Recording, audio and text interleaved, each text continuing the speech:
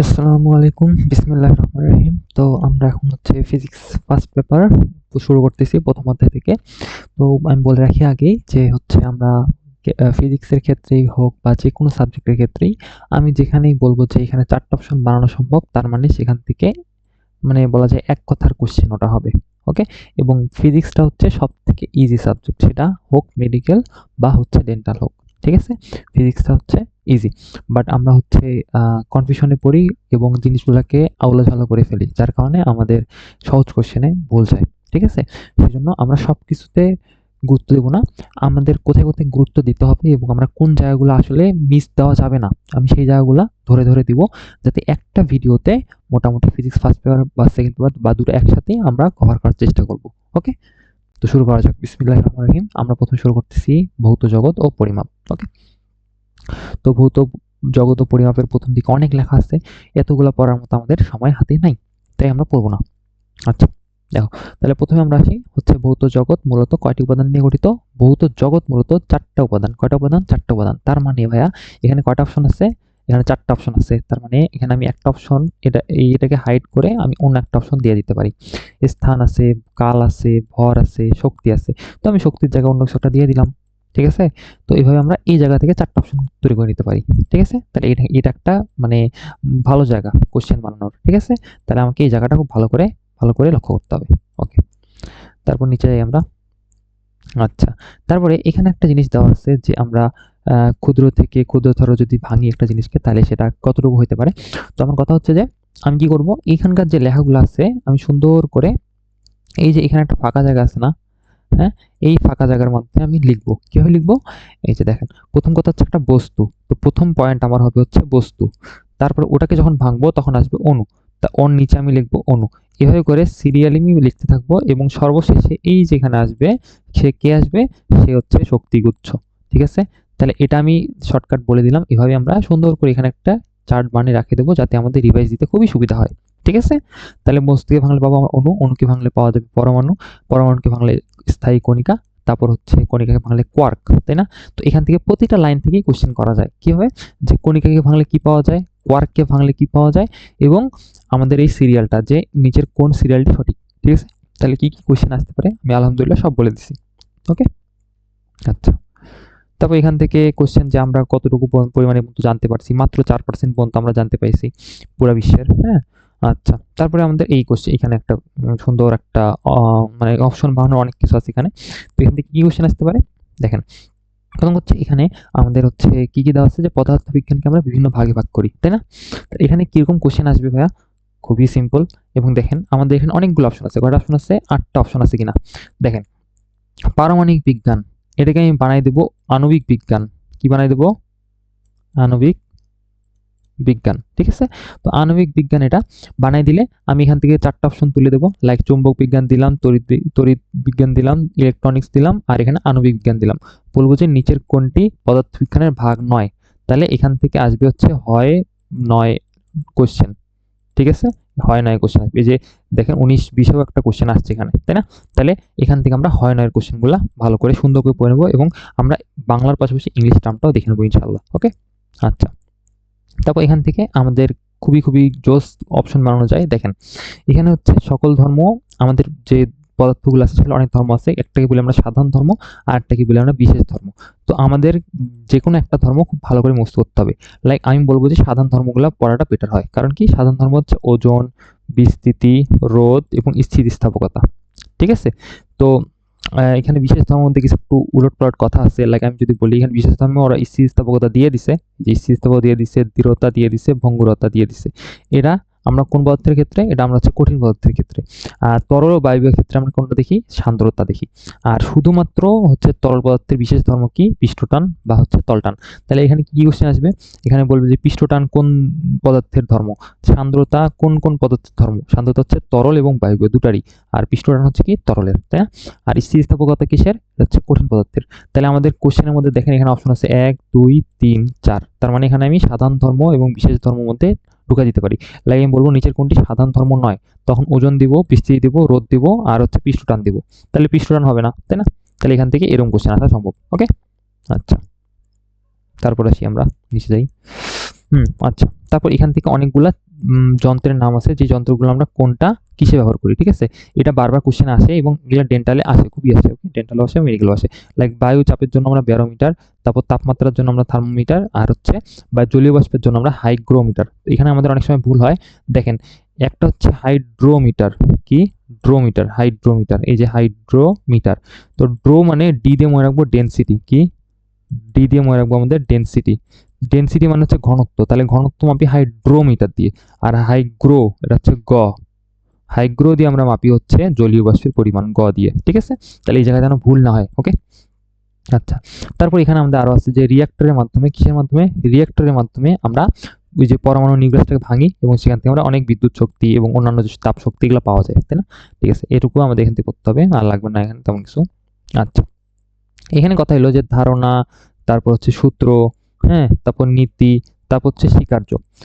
এই কোশ্চেনগুলো আমি সবসময় সাজেস্ট করি যে এগুলা হচ্ছে অনুশীলনীতে যে কোশ্চেনের অ্যান্সারটা আছে ওইটা মুখস্থ করতে, কি অনুশীলনীতে যা আছে, হ্যাঁ, লাইক ওই এই চারটা বিষয় নিয়ে, এই চারটা বিষয় নিয়ে হচ্ছে অনুশীলনীতে কিছু এমসিকিউ আছে।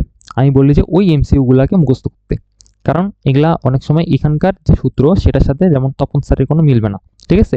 তো এই জন্য আমি বলবো যে এটা হচ্ছে এই পার্টটাতে হচ্ছে অনুশীলনের যে কোশ্চেনটা আছে সেই কোশ্চেনটা মুখস্থ করতে, ওকে?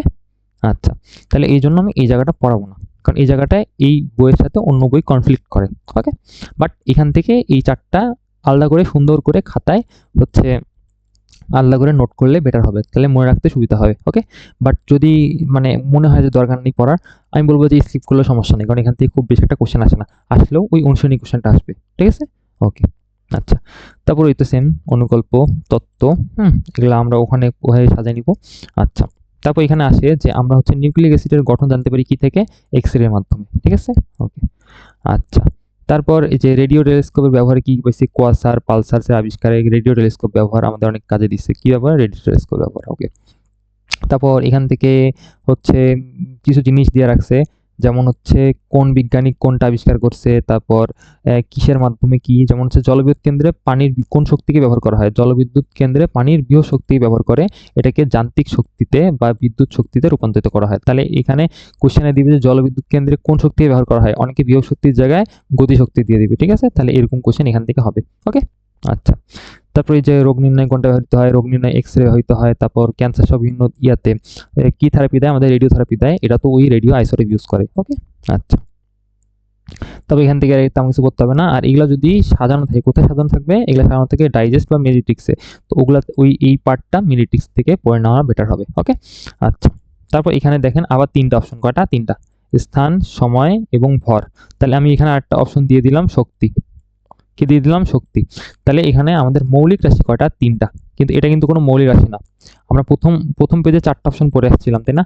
ওটা ছিল অন্য একটা জিনিস, বাট এটা হচ্ছে কি মৌলিক রাশি। কয়টা রাশি? মৌলিক রাশি। মৌলিক রাশি কয়টা? তিনটা, ঠিক আছে?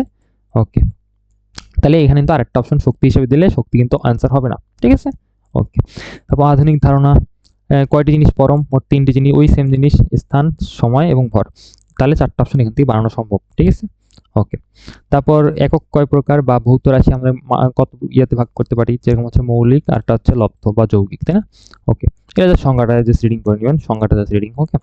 আচ্ছা, এখন কথা হলো মৌলিক একক কয়টি? তিনটি, বাট মৌলিক রাশি যদি বলে তখন হচ্ছে 60টি হবে, বাট এখানে আমরা যেটা পড়তেছি আপাতত এটা পড়ি, ওকে?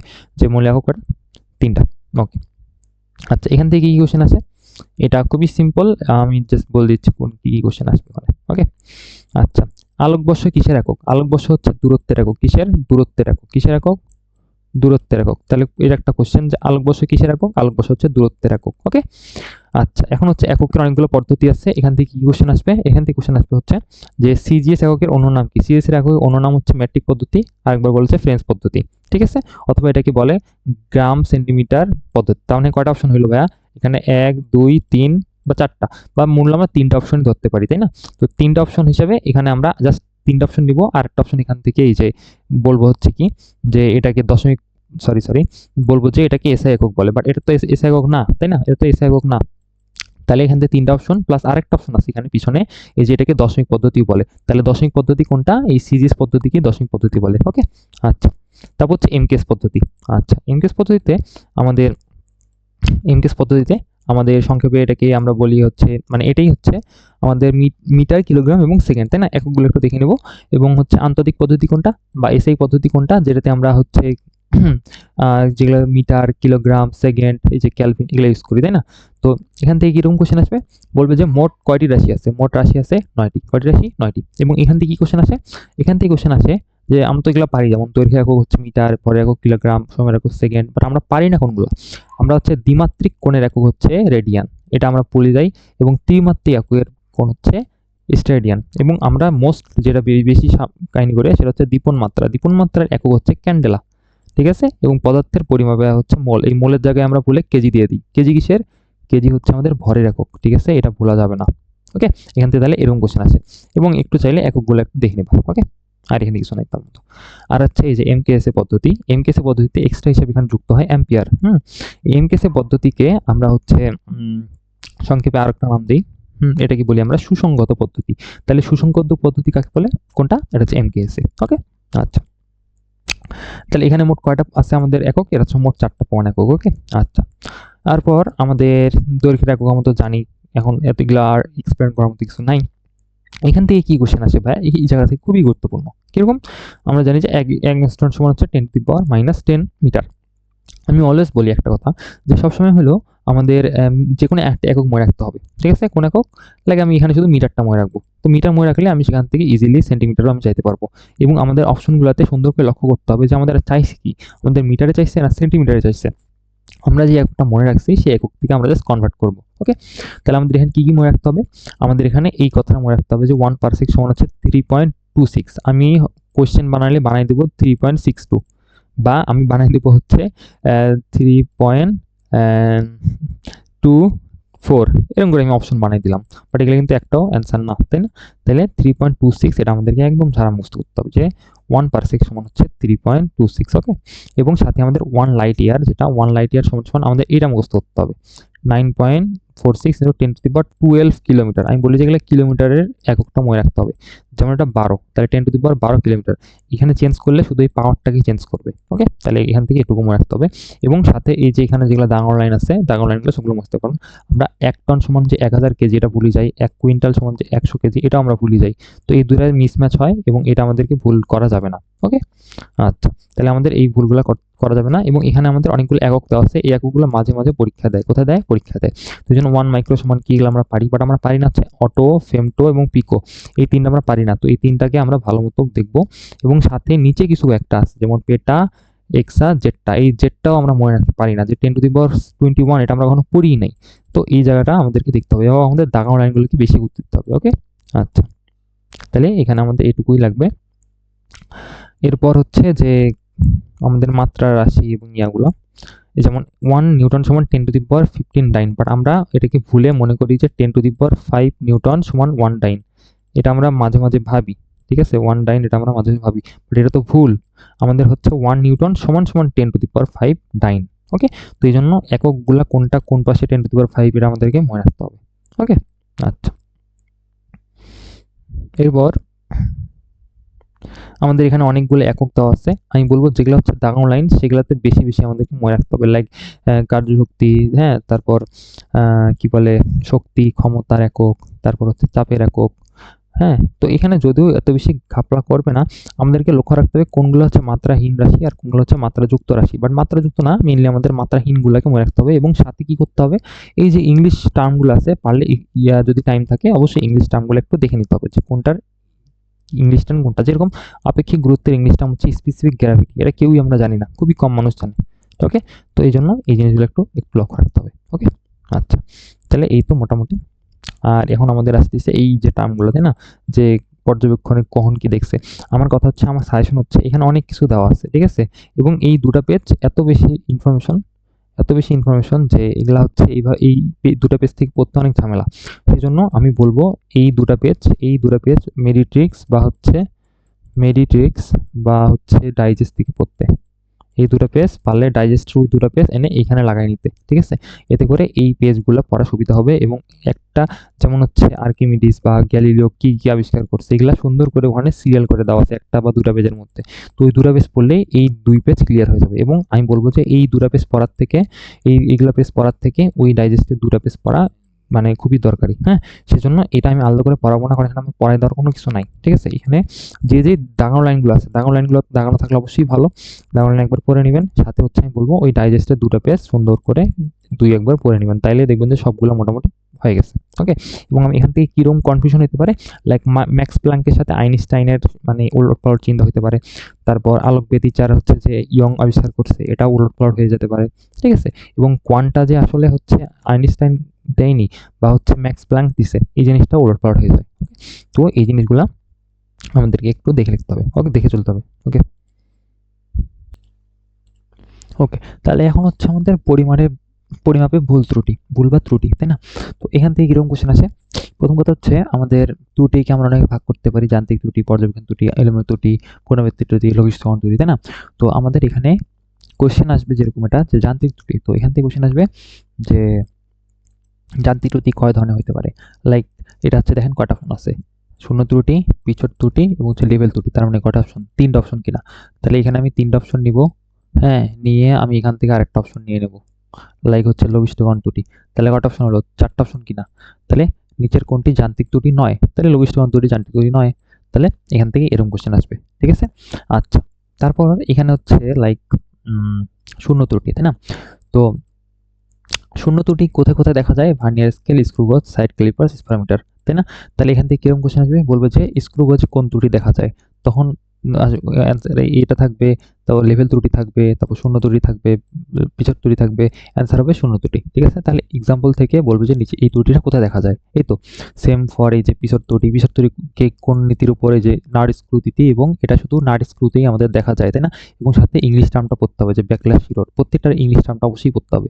যেমন হচ্ছে বিক্ষেপ চৌম্বকমান যন্ত্রে কোনটা দেখা যায়? অ্যান্সার হচ্ছে লেভেল ত্রুটি, ওকে? তারপর পর্যবেক্ষণ ত্রুটি কয় প্রকারে? যেমন 5 প্রকারে, ঠিক আছে? 5 প্রকারে এখানে যে 4টা অপশন 5টা অপশন আছে, তাহলে একটা অপশন আমি এখানে চেঞ্জ করে দিয়ে বলবো নিচের কোনটা পর্যবেক্ষণ বা ব্যক্তিগত ত্রুটি নয়, ঠিক আছে? তাহলে এখান থেকে এই কোশ্চেন আসবে, এরকম কোশ্চেন আসবে। আচ্ছা, এটা থেকে আমাদের ডিরেক্টলি ম্যাথ আসে এবং এই ম্যাথটা আমাদের সবসময় আমরা অনুশীলনী ম্যাথগুলো করব। কি? আমরা সবসময় অনুশীলনী ম্যাথগুলো করব এবং অনুশীলনী ম্যাথগুলা আমরা হাতে হাতে করে প্লাস মুখস্থ করার ট্রাই করব, ওকে? কারণ ওগুলো ডিরেক্টলি কমন পড়বে। ওকে, তারপর আমাদের এখানে লঘিষ্ঠকরণের যে ইয়াগুলা, যে কোনটা লঘিষ্ঠকরণ কত কিরকম, এটা আমাদের এখানে বলা আছে। যেরকম হচ্ছে মিটার স্কেলের সাহায্যে আমাদের 1 মিলিমিটার বা 0.1 সেন্টিমিটার পর্যন্ত আমাদের মাপা যায়, ঠিক আছে? তো কোনটা থেকে কতটুকু মাপা যায়, এই যেমন স্লাইড ক্যালিপার্সের ক্ষেত্রে হচ্ছে 0.01 মিলিমিটার। তো আমরা চেষ্টা করবো যে কোনো একটা মনে রাখতে, যেমন 1 মিলিমিটার মনে রাখি, তাহলে আমাদের ক্যালিপার্সের ক্ষেত্রে 0.01 মিলিমিটার, এরকম করে জাস্ট আমরা হচ্ছে মিলিমিটারটা না হয় মনে রাখি, ঠিক আছে? ওকে, তাহলে আমরা চেঞ্জ করতে পারবো পরে, ওকে? এই তো আমাদের প্রথম অধ্যায় মোটামুটি শেষের দিকে, আর তেমন কিছু এখানে নাই। যেমন এই কোশ্চেনটা, এরকম কিছু কোশ্চেন আছে যেগুলো মোটামুটি আমাদের অ্যান্সারটা মুখস্থ করার চেষ্টা করতে হবে, ওকে? জাস্ট দা কমেন্ট যেগুলো যে কটা আছে সেই কটাই মুখস্থ রাখলে বেটার হয়, ওকে? আচ্ছা, বাট ম্যাথ খুব একটা ভিতর থেকে কেউ দেয় না, আমাদের হচ্ছে জাস্ট কি বলে এটাকে অনুশীলনী ম্যাথগুলো আমরা ফোকাস দেবো বেশি, ওকে? আর একটা হচ্ছে যেমন স্পিরোমিটারের সাথে কি করা হয়? গোলীয় তলের বক্রতার ব্যাসার্ধ নির্ণয় করা হয়। তাহলে গোলীয় তলের বক্রতার ব্যাসার্ধ কি দিয়ে নির্ণয় করা হয়? স্পিরোমিটার দিয়ে। কি দিয়ে? স্পিরোমিটার দিয়ে, ওকে? আচ্ছা, তারপর হচ্ছে বস্তুর ভর কিসের সাহায্যে নির্ণয় করা হয়? এই যে নিক্তির সাহায্যে দোলন পদ্ধতিতে। কি কোন পদ্ধতিতে? দোলন পদ্ধতিতে, ওকে? ওকে, হুম, এই তো আমাদের প্রথম অধ্যায় মোটামুটি শেষ, এবং প্রথম অধ্যায় শেষে দেখবেন যে অনেকগুলা সারসংক্ষেপ দেওয়া আছে, সারসংক্ষেপগুলো জাস্ট ওই রিডিং দিবেন, তাই হয়ে গেল। কারণ আমরা যা পড়ে এসেছি সবগুলো কিন্তু সারসংক্ষেপই মোটামুটি আছে, ওকে? বাট কিছু কিছু ভুল থাকে, ভুলগুলো যাতে আপনারা ফাইন্ড আউট করে নিতে পারেন যে এইখানে এটা ভুল দেওয়া আছে, এই ভুল দেওয়া আছে। বাট আমি বলবো যে সারসংক্ষেপগুলো একবার হলো অন্তত পড়িয়েন, ওকে? এতে আপনারই লাভ। তাহলে আমাদের ভৌত জগৎ প্রথম অধ্যায় শেষ, ওকে? এখন আমাদের হচ্ছে ভেক্টর অধ্যায়ে আমরা যাব, ওকে? তাহলে কথা হচ্ছে ভেক্টর অধ্যায় থেকে কিরকম কোশ্চেন আসতে পারে। ভেক্টর অধ্যায় থেকে এই যেমন প্রথম দিকে আমাদের যেটা দেওয়া আছে, এটা হচ্ছে উদাহরণ দেওয়া আছে। কি দেওয়া আছে? প্রথমে হচ্ছে ভেক্টর রাশি দেওয়া আছে এবং হচ্ছে স্কেলার রাশি দেওয়া আছে। তাহলে আমাদের কোশ্চেন কি আসবে? বলবে যে নিচের কোনটি ভেক্টর রাশি? নিচের কোনটি ভেক্টর রাশি, নিচের কোনটি স্কেলার রাশি, এখান থেকে এই কোশ্চেন এবং এখান থেকে উদাহরণগুলো করতে হবে। লাইক আমরা হচ্ছে তড়িৎ প্রবাহ কি ধরনের রাশি, অনেকেই হচ্ছে ভেক্টর রাশি দেখাবে, বাট হচ্ছে স্কেলার রাশি। সেরকম এই যে বৈদ্যুতিক বিভব, দ্রুতি, এগুলো কি রাশি, এগুলো হচ্ছে স্কেলার রাশি। তাহলে আমাদের এই পার্টটা থেকে হচ্ছে উদাহরণটা মুখস্থ করতে হবে। ওকে, আচ্ছা। তারপর এখানে দেখেন যে ভেক্টর রাশির কতগুলো নিয়ম আছে, তো এই নিয়মগুলো একটু আমরা জাস্ট রিডিং দিব। যেমন হচ্ছে দুটি ভেক্টর গুণফল, দুটি ভেক্টরের ভেক্টর গুণফল একটা ভেক্টর রাশি হবে। তো এখানে ভেক্টর রাশির জায়গায় স্কেলার লিখে দেব, তাহলে ওইটা তো আর আমাদের এই নিয়মের মধ্যে পড়লো না, তাই না? তাহলে এইভাবে এখান থেকে এই ধরনের কোশ্চেন হয়, হ্যাঁ, যে নিচের কোনটি হয় বা নয়, কি ধরনের কোশ্চেন হয় বা নয়। তাহলে আমি এখান থেকে জাস্ট যেগুলা হচ্ছে আমার হচ্ছে যেমন ভেক্টরের গুণফল কি, একটা ভেক্টর রাশি, তো আমি এখানে ভেক্টরের জায়গায় ওর উল্টাটা লিখে দেবো, যে স্কেলারটা এখানে লিখে দিলাম। তাহলে এখান থেকে এই ধরনের কোশ্চেন এই জায়গা থেকে হয়। ওকে, আচ্ছা। তারপর কথা হচ্ছে যে মান অভিব্যক্ত থাকলে একটা ভেক্টর রাশি হইতে পারে না। লাইক হইতেছে আমাদের তড়িৎ প্রবাহ কিন্তু কোনো একটা ভেক্টর রাশি না, যেটা বলে দিছে। এবং এটা কেন না, কারণ হচ্ছে খুবই সিম্পল, এখানে বলা আছে যে এটা হচ্ছে বিনিময় সূত্র মেনে চলে না। কি সূত্র মেনে চলে না? বিনিময় সূত্র, যোগের বিনিময় সূত্র মেনে চলে না। ওকে, এই লাইনটা অবশ্যই ফোকাস করবেন এবং আমি যে কি পয়েন্টগুলো দেখাই দিচ্ছি সেই কি পয়েন্টগুলো যেন মিস না যায়। ওকে, আচ্ছা। এখান থেকে বলের সূত্রটা আমি রিডিং করে নিলাম, এখান থেকে কোশ্চেন আসার মতো কিছু নাই। আচ্ছা, টর্কের একক, এটা আমরা পরের অধ্যায়েও পাবো, বাট আমরা এখান থেকে একটু মুখস্থ করে নিলাম। এবং কথা হচ্ছে ঘূর্ণন বলকে টর্ক বলে, এটা হচ্ছে ওর অন্য নাম, ঠিক আছে? এই জন্য এটা দেখলেই মানে দিয়ে দিতে পারে যে ঘূর্ণন বলের একক কোনটি। ঘূর্ণন বল দেখে তো নতুন নতুন লাগবে, বাট ঘূর্ণন বলই হচ্ছে টর্ক, ঠিক আছে? তাহলে টর্কের একক হচ্ছে নিউটন মিটার। ওকে। এবং এখানে হচ্ছে এই যে এই সূত্রটা বি ইকুয়াল টু ওমেগা আর, এইটার ক্ষেত্রেই শুধু হচ্ছে ওমেগাটা আগে আর পরে, অন্যগুলোর সূত্রে আর আগে আর পরে হচ্ছে অন্য জিনিস, ঠিক আছে? তাহলে আমাদের একটু মনে রাখতে হবে। আচ্ছা, এরপর হচ্ছে ঘূর্ণন অ্যাঙ্গুলার মোমেন্টাম বা কৌণিক ভরবেগ, এটা এককটা লাগবে এটা, এবং সূত্রটা একটু রিডিং করে নেবেন। ওকে, তারপর তলের ক্ষেত্রেও একটু রিডিং করে নিলাম। তল মেইনলি হচ্ছে স্কেলার রাশি, বাট হচ্ছে যদি কখনো অবিলম্বে থাকে তাহলে ওটাকে বলে হচ্ছে তলের তল ভেক্টর বলতেছি ওটা আমাকে। ওকে, জাস্ট রিডিং করে নিলাম, এটাও জাস্ট রিডিং, সমস্যা নেই। আর এখানে এই যে যতগুলো এখন আমরা সংজ্ঞাগুলো পড়বো, আমরা চেষ্টা করবো সংজ্ঞাগুলো একটু রিডিং করতে, ঠিক আছে? কারণ সংজ্ঞাগুলো দিয়ে বলবে যে কোন রাশির পাদবিন্দু শীর্ষবিন্দু একই, অ্যান্সার হচ্ছে নাল ভেক্টরের, ঠিক আছে? তো এই কোশ্চেনগুলো এইভাবে আসবে যে সংজ্ঞাগুলো থেকে এটা কি হিসেবে প্রকাশ করা হয়, তারপর হচ্ছে নির্দিষ্ট দিক নেই, হ্যাঁ, তারপর এখানে নির্দিষ্ট দিক নেই এর জায়গায় আছে বলে লিখে দিবে। তো এরকম করে এখান থেকে এই কোশ্চেনগুলো সম্ভব। তাই অবশ্যই এই যে পার্টগুলো আছে এই পার্টগুলো অবশ্যই রিডিং করতে হবে, হ্যাঁ, বিশেষ করে নাল ভেক্টর। নাল ভেক্টর সবচেয়ে বেশি ইম্পর্টেন্ট, কি নাল ভেক্টর সবচেয়ে বেশি ইম্পর্টেন্ট। ওকে, আচ্ছা। তারপর হচ্ছে শূন্য নাল ভেক্টরের গুরুত্ব এখানে দিয়ে রাখছে, এটা জাস্ট হচ্ছে কোচিং এর জন্য, এগুলা মেডিকেলে খুব একটা আসবে না, বাট ট্রেনিং করে নিতে হবে, ঠিক আছে? যে দুটি সমান ভেক্টরের বিয়োগফল বুঝতে কোন ভেক্টর ইউজ হয়, শূন্য ভেক্টর, দুটি সমান্তরাল ভেক্টরের ভেক্টর গুণফল বুঝতে কি হয়, ওই শূন্য ভেক্টর, ঠিক আছে? এটা জাস্ট বেসিক থেকে কোশ্চেন। আচ্ছা, তারপর হচ্ছে অবস্থান ভেক্টর, প্রসঙ্গ কাঠামোর মূল বিন্দু সাপেক্ষে কোনো বিন্দু যেটা আমাদের সেটা কি বলে অবস্থান ভেক্টর। তো অবস্থান ভেক্টর অবশ্যই সংজ্ঞাটা লাগবে, আমি বলছি এখান থেকে আমরা যা পড়ছি সবগুলোর হচ্ছে কি লাগবে, সংজ্ঞা লাগবে। ওকে, আচ্ছা। এই যে আবার সংজ্ঞা লাগবে, ব্যাসার্ধ ভেক্টরের সংজ্ঞা লাগবে। ওকে, যেমন মূল বিন্দু হতে যে কোনো বিন্দুর অবস্থানে কি আমাদের ব্যাসার্ধ ভেক্টর। ওকে, আচ্ছা। আয়ত ভেক্টর কোনটা? যে তিনটি অক্ষ ধনাত্মক অক্ষ বরাবর যে আমরা চিন্তা করি ভেক্টর, সেটাকে বলছি আমাদের কি আয়ত ভেক্টর। ওকে, আচ্ছা। সরণ ভেক্টর বা ডিসপ্লেসমেন্ট ভেক্টর, এটাও ওই সেম জিনিস, জাস্ট হচ্ছে আমাদের সংজ্ঞাটা মুখস্থ করতে হবে। আমি এখানে ট্রিক্স বলে দিই একটা কথা, যে এই সরণ ভেক্টর আর এই অবস্থান ভেক্টর, হ্যাঁ, এই অবস্থান ভেক্টর, এই দুটোর মধ্যে হচ্ছে কনফিউশন হয়। এই জন্য এই কনফিউশনটা যদি না হয়, খুব ভালো করে এই সংজ্ঞাটা হচ্ছে একটু লক্ষ্য করতে হবে। ওকে, আচ্ছা। সদৃশ ভেক্টর, সদৃশ ভেক্টর সংজ্ঞা, তারপর হচ্ছে বিপরীত ভেক্টরের সংজ্ঞা, সমরেখ, এটাও সংজ্ঞা লাগবে। তারপর হচ্ছে সমতলীয় ভেক্টর। আচ্ছা, বিপরীত ঋণ ভেক্টর, বিপরীত ভেক্টরকেও ঋণ ভেক্টর বলে, বাট কথা হচ্ছে যেগুলা হলো আমাদের মানে এখান থেকে কি কোশ্চেন হয়, বলে যে নিচের কোনটি ভেক্টর হতে পারে না। দেখেন এখানে ঋণ আছে, তো মানুষ মনে করে ঋণ ভেক্টর যদি হয় তাহলে তো ধন ভেক্টর হইতে পারে, তাই না? বাট ধন ভেক্টর বলে কিছু হয় না। ওকে, তাহলে এখান থেকে এই কোশ্চেন আছে যে নিচের কোনটি ভেক্টর হতে পারে না, ধন বলে কোনো ভেক্টর নাই। ওকে, আচ্ছা। এখান থেকে যা সংজ্ঞা করে নেব, পোলার ভেক্টরের জাস্ট উদাহরণগুলা, সংজ্ঞা এবং হচ্ছে উদাহরণ। অক্ষীয় ভেক্টরও হচ্ছে দেখেন যেখানে অক্ষীয় থাকবে সেখানে অলওয়েজ কৌণিক কথাটা থাকবে, কি থাকবে, কৌণিক কথাটা থাকবে। তাহলে আমাদের এখানে তিনটা অপশন আছে, আরেকটা এখান থেকে অপশন দিয়ে দেবো যে নিচের কোনটি পোলার ভেক্টর বা নিচের কোনটি অক্ষীয় ভেক্টর নয়, তাই না? ওকে, তাহলে এখান থেকে এই কোশ্চেন সীমাবদ্ধ ভেক্টরের সংজ্ঞা করে নিতে হবে। আচ্ছা, তারপর এখানে হচ্ছে ভেক্টর রাশির যৌগের অনেকগুলো সূত্র আছে, তাহলে এখান থেকে কি কোশ্চেন আসবে, এখান থেকে আসবে যে নিচের কোনটি জ্যামিতিক পদ্ধতিতে ভেক্টর রাশির যৌগের সূত্র নয়। নয় বলতে কি, এখানে সাধারণ সূত্র আছে, ত্রিভুজ সূত্র আছে, বহু সূত্র আছে, সামান্তরিক সূত্র আছে, উপাংশ সূত্র আছে, কিন্তু সমান্তরাল সূত্র কি আছে? হুম, সমান্তরাল সূত্র তো নাই, বাট এখানে দিয়ে দেবো আমি যে নিচের কোণটি নয়, এবং সাথে হচ্ছে ইংলিশ টার্মগুলো অবশ্যই করতে হবে, ল করতে হবে, ট্রায়াঙ্গেল করতে হবে, পলিগন করতে হবে, প্যারালেলোগ্রাম করতে হবে, কম্পোনেন্টস করতে হবে। তাহলে আমি এখানে ইংলিশ টার্মটা করবো, প্লাস হচ্ছে কোনটি হয় কোনটি নয় এখান থেকে কোশ্চেন আসবে। ওকে, আচ্ছা। এরপর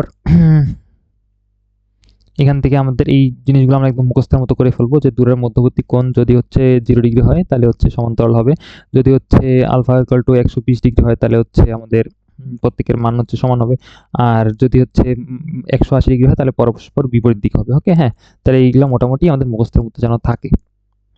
ওকে। আচ্ছা, দুটি ভেক্টর ক্রিয়াশীল হলে ভেক্টরের যোগফল এবং হচ্ছে দুটি ভেক্টরের যে দিক কি হয় সেদিকে, ওই যে 0 ডিগ্রি হলে একই দিকে ক্রিয়া করবে সেটাই কি বোঝাচ্ছে, একই দিকে থাকবে, তাই না? ওকে, ওই সেম জিনিসগুলোই আর কি আবার লিখছে। আচ্ছা, এগুলো জাস্ট রিডিং, কিছু নাই, সেম জিনিসই বারবার লিখছে, ঝামেলা। আচ্ছা, হুম, আচ্ছা।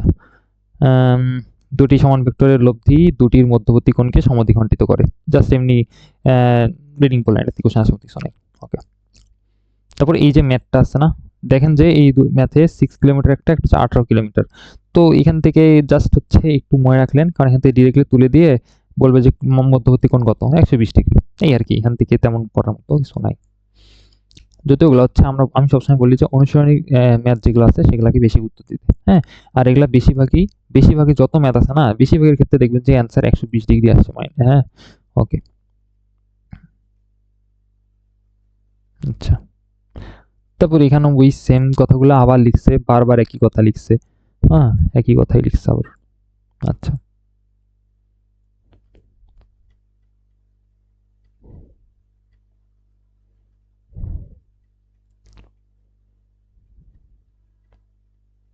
হুম, ওকে। এখান থেকে আমাদেরকে কি কি মুছতে করতে হবে, লাইক আমরা জানি যে পি ডট কিউ মানে হচ্ছে পি কিউ কস থিটা, তাই না? তো এখানে আমরা যদি 0 ডিগ্রি নেই তাহলে এখানে জাস্ট 0 ডিগ্রি বসাবো, 0 ডিগ্রি মান তো আমরা 1 জানি, তাহলে 0 ডিগ্রি হলে এটা আসবে হচ্ছে পি কিউ। আবার যদি এটা 90 ডিগ্রি হয়ে যায় তাহলে ডট গুণনের মান আসে কত, 0 ডিগ্রি। এটা আমরা মোটামুটি সব জানি, যে যদি হচ্ছে ডট গুণন হয় এবং সেটা যদি মান 0 আসে তার মানে ওদের মধ্যবর্তী কোণ কত, আমাদের 90 ডিগ্রি, তাই না? ওই সেম ভাবে আমরা জাস্ট কোণটাকে বসাবো এবং ওটার কোণটার মানটা বের করবো, ঠিক আছে? তো এগুলো মোটামুটি মুখস্থের মতোই হয়ে যায়।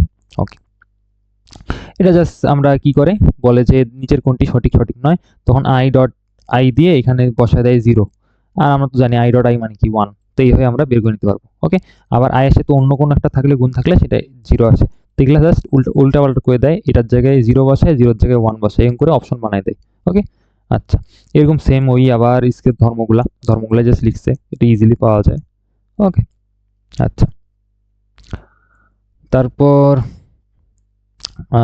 এই তো ওই সেম জিনিসই, জাস্ট এখন হচ্ছে আমাদের ভেক্টর গুণনের ক্ষেত্রে, ভেক্টর গুণনের ক্ষেত্রে সেম, জাস্ট উল্টায় যাবে। তো এই যে এই জিনিসটা আমরা মাঝে মাঝেই ভুল করি, এই জিনিসটা যাতে ভুল না হয়। ওকে, ওকে, আচ্ছা, এই সেম জিনিস, জাস্ট রিডিং রিডিং দেবেন, জাস্ট রিডিং, হ্যাঁ, এখান থেকে তেমন কিছু নাই আর। ওকে, আর কিছু নাই, হ্যাঁ। এখান থেকে কথা হচ্ছে যে বলবে যে নিচের কোনটি অপারেটর নয়, হ্যাঁ। তখন এগুলো সবগুলোতে দেখেন যে প্রতিটাই কিছু না কিছু একটা জিনিস যেটার সাথে অন্য কোনো সংখ্যা কানেকশন নাই, বাট আমি যদি এখানে সাইন 30 দিয়ে দিই তখন কিন্তু সেটার অপারেটর হবে না, তাই না? তো এখানে জাস্ট বলবে যে নিচের কোনটি অপারেটর নয়, দেখবেন যে ওটা ডিরেক্টলি একটা মান বের হচ্ছে, বাট এগুলা দেখেন তো কোনো আলাদা কোনো মান আছে, কোনো মান নাই। এগুলা যখন কোনো কিছুর উপর বসে বা কারো পাশে বসে তখন এটা মান হয়, এগুলাকে বলি আমরা কি, অপারেটর। ওকে, আচ্ছা, এখান থেকে কি কোশ্চেন আসবে, ডিফারেন্সিয়াল অপারেটরের কোনটা কি মানে আমাদের কাহিনী সেটা আসবে, যেমন হচ্ছে এর অন্য নাম কি, এর অন্য নাম হচ্ছে নেবলা। এই ডিফারেন্সিয়েশন যে অপারেটর, এটা কে নাম দেন, ডেল নামকরণ করেন গিবস, কে নামকরণ করেন গিবস, এবং এই অপারেটরটি প্রথম কে আবিষ্কার করছে হ্যামিল্টন, ঠিক আছে? ওকে, আচ্ছা, আমরা মোটামুটি মানে শেষের দিকে আসছি। এখন আমাদের বিভিন্ন অপারেটরের ব্যবহার আছে, একটা হচ্ছে স্কেলার ক্ষেত্র, একটা হচ্ছে ভেক্টর ক্ষেত্র, আমরা তো জানি। এখন কথা হচ্ছে গ্রেডিয়েন্ট হলো সেই জিনিস যেটা হচ্ছে স্কেলার ক্ষেত্রকে আমাদের ভেক্টর ক্ষেত্রে পরিণত করে, ঠিক আছে? তাইলে এই যেখানে আমাদের এখন ওই বিষয়গুলো আমরা বলবো, যে যেগুলো হচ্ছে স্কেলার রাশি, যেমন হচ্ছে ঘনত্ব, উষ্ণতা, বিভব, এটাকে যদি আমরা ভেক্টর রাশিতে পরিণত করতে চাই তাহলে আমরা কোনটা ইউজ করবো, আমরা ইউজ করবো গ্রেডিয়েন্ট। ওকে, এবং গ্রেডিয়েন্টের একটু জিনিস দিয়ে রাখছে, বাট এগুলো আমাদের তেমন কিছু দরকার নেই পড়ার। গ্রেডিয়েন্টের এই আমরা পার্টটা পড়বো, এই পার্টটা পড়বো, যে গ্রেডিয়েন্টের ভৌত তাৎপর্য, এটার হচ্ছে কি, স্কেলার রাশির সর্বাধিক বৃদ্ধির হারের সমান। আমি এখানে স্কেলারের জায়গায় যদি ভেক্টর বসাই দিই তাহলে কিন্তু আমাদের এখানকার একটা অপশন বানানো হয়ে গেল, তাই না? তাহলে এখান থেকে এরকম কোশ্চেন আসবে। ওকে, জাস্ট এই জায়গাটা খুব ভালো করে পড়তে হবে। ওকে, আচ্ছা। তারপর হচ্ছে এই যে ডাইভারজেন্সের মাধ্যমে একটা ভেক্টর ক্ষেত্রে কিসে পরিণত করা যায়, স্কেলার ক্ষেত্রে পরিণত করা যায়। তাহলে ডাইভারজেন্স আমরা কি ভেক্টর রাশিকে স্কেলার রাশিতে পরিণত করি, এই তো। আর ডাইভারজেন্সের মাধ্যমে কি করা যায়, কোনো একটা বিন্দুতে ফ্লাক্সের প্রকৃতি মানে সেটা বের হচ্ছে না ঢুকতেছে এটা বোঝা যায়। ওকে, তাহলে ডাইভারজেন্সের এই যে ভৌত ধর্মগুলা এগুলো খুব ভালো করে আমাদেরকে পড়তে হবে। এবং ভৌত ধর্ম যেমন পজিটিভ হলে কি হবে, পজিটিভ হলে আয়তন বৃদ্ধি পাবে, ঘনত্ব কি হবে, হ্রাস পাবে। এই যে সম্পর্কগুলা, এই সম্পর্কগুলো খুবই ইম্পর্টেন্ট। এবং এই ভৌত তাৎপর্যতে আমাদের এই সম্পর্কগুলো ওলটপালট করে দিবে। যেখান থেকে বলবে যে যদি হচ্ছে পজিটিভ হয় তাহলে হচ্ছে ঘনত্ব বৃদ্ধি পায়, আয়তন বৃদ্ধি পায়, আয়তন হ্রাস পায়, ঘনত্ব হ্রাস পায়, এরকম করে অপশন বানিয়ে দিবে। ওকে, তাহলে এখান থেকে এইভাবে কোশ্চেন হবে। আচ্ছা, তারপর হচ্ছে কি আমাদের ভেক্টর ভেক্টরের ক্ষেত্রে কি কার্ল, তাই না? কার্ল কি আমাদের যেগুলো হচ্ছে স্কেলার রাশি সেগুলোকে যদি ভেক্টর রাশিতে করছি, বা হচ্ছে যেগুলো হচ্ছে আমাদের ভেক্টর রাশি থাকে সেগুলোকে আমরা বলছি কার্ল, তাই না? কার্লের মাধ্যমে কি বলবো, আবার ওই সেম জিনিস আমরা হচ্ছে তাৎপর্য করবো। কার্লের একটা কি রাশি, ভেক্টর রাশি। তারপর এটা হচ্ছে ইন্টিগ্রালের সমান, সর্বাধিক ইন্টিগ্রালের সমান কিসের, ওই ভেক্টর রাশি একক ক্ষেত্রের উপরে। আচ্ছা, তারপর এখান থেকে আমরা পড়বো যে যদি হলো কি বলে, এই যে এই লাইনটা খুব ইম্পর্টেন্ট, যে কালের মাধ্যমে প্রাপ্ত কোনো ভেক্টরের মান ঘূর্ণনের সাপেক্ষে দ্বিগুণ হয় বা রৈখিক বেগ কাল কৌণিক ওমেগার দ্বিগুণ হয়। এই লাইনটা একটু ভালো করে পড়বো। তারপর হচ্ছে যদি হইলো কাল শূন্য হয় তাহলে সেটা হচ্ছে অঘূর্ণনশীল, এবং অঘূর্ণনশীল হলে সেটা হচ্ছে সংরক্ষণশীল। ওকে, তো এই যে জিনিসগুলো খুব ঠান্ডা মাথায় বুঝে বুঝে পড়লে মোটামুটি সব মনে রাখা ইজি। ওকে, তাহলে আমাদের অধ্যায় এখানে শেষ। এটা কোনটা অধ্যায় গেল, আমাদের ভেক্টর অধ্যায় শেষ। ওকে,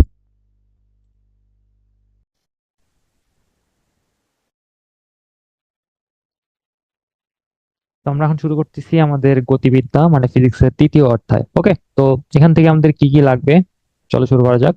এখানে অনেক কথা লেখা আছে হাবি জাবি, তাতে কিছু লাগবে না। হ্যাঁ, লাইনগুলো যদি রিডিং পড়ো এখান থেকে, এখানে তেমন কিছু নাই। যেমন প্রসঙ্গ কাঠামো হচ্ছে আমাদের কি বলে, জাস্ট সংজ্ঞাটা একটু রিডিং করে নেবেন। ওকে, তারপর আমাদের এখানে কয়েক প্রকারের কি প্রসঙ্গ কাঠামো আছে, একটা হচ্ছে একমাত্রিক, তাই না? তো একমাত্রিকের আমাদের কি লাগবে, আমাদের এখানে একমাত্রিক জাস্ট উদাহরণগুলো মুখস্থ করতে হবে। ঠিক আছে, উদাহরণগুলো মুখস্থ করতে হবে। আমি এখানে কিওয়ার্ড গুলো তাহলে ধরাই দিই।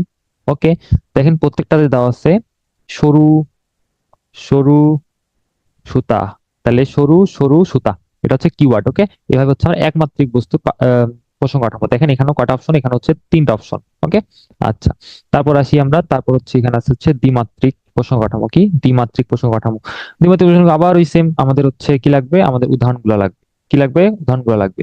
তাহলে এখানকার কিওয়ার্ডটা কি ভাইয়া, এখানকার কিওয়ার্ড হচ্ছে পাতলা, পাতলা। হ্যাঁ, এই যে ধাতব পাত, ধাতব পাতলা পাত, আর হচ্ছে গতিশীল ফুটবল। ঠিক আছে, ওকে, তাহলে এখানকার উদাহরণগুলো অবশ্যই করতে হবে। এবং এগুলা কিসের উদাহরণ, আমাদের দ্বিমাত্রিক বস্তু। এবং লাস্ট হচ্ছে ত্রিমাত্রিক। তো ত্রিমাত্রিকের ক্ষেত্রে আমাদের আবার উদাহরণ করতে হবে। আমাদের আশেপাশে যা দেখা যায় ওগুলাই, যে টেবিল, চেয়ার, ইট, পাথর, সবগুলো কি ত্রিমাত্রিক বা 3D, তাই না? ওকে, তাহলে এখান থেকে উদাহরণগুলো করতে হবে।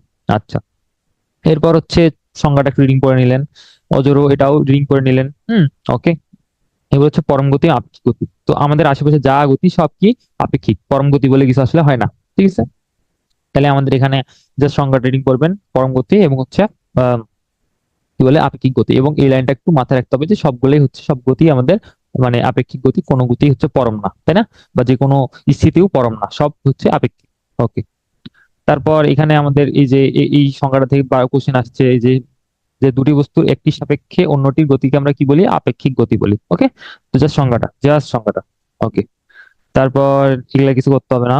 এই যে এখান থেকে হচ্ছে গতি বিষয়ক বিভিন্ন রাশির সংজ্ঞাগুলো দেওয়া আছে। লাইক সরণের সংজ্ঞা, সরণ যে একটা ভেক্টর রাশি, কি কি আছে, এর মান এবং দিক উভয় আছে।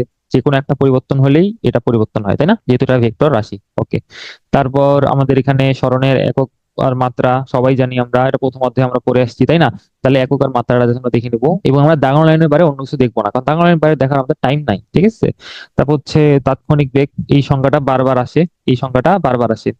এই জন্য আমি একটু ট্রিক বলি বা সিক্রেট বলি যদি, তাহলে এই গতি অধ্যায় থেকে ম্যাথ যেমন আসে সেরকম সংজ্ঞা আসে অনেক। ঠিক আছে, তো এই জন্য সংজ্ঞাগুলো মিস দেওয়া যাবে না, সংজ্ঞাগুলো মিস দেওয়া যাবে না। তাহলে তাৎক্ষণিক বেগ বা তাৎক্ষণিক গতির সংজ্ঞা আমরা এখানে করবো যে সময়ের ব্যবধান যদি শূন্যের কাছাকাছি হয় তখন সেই বস্তুর সরণের হার কি বলবো, তাৎক্ষণিক বেগ বলবো। ঠিক আছে, বা তাৎক্ষণিক বেগকে আমরা সংখ্যায় কি বলি, জাস্ট বেগ বলি। ওকে, আচ্ছা, তাহলে মধ্যবেগের সংজ্ঞাটা আমরা পড়ে নিব। এবং আমাদের এই সংখ্যাগুলো পড়ার পাশাপাশি আমাদের কোন জিনিসটা লক্ষ্য রাখতে হবে, আমাদের হচ্ছে এই ইংলিশ টার্মটা লক্ষ্য রাখতে হবে। যে মধ্যবেগের ইংলিশ টার্ম কি, মিন ভেলোসিটি। হ্যাঁ, তাৎক্ষণিক বেগের হচ্ছে ইনস্ট্যান্ট ভেলোসিটি বা ভেলোসিটি।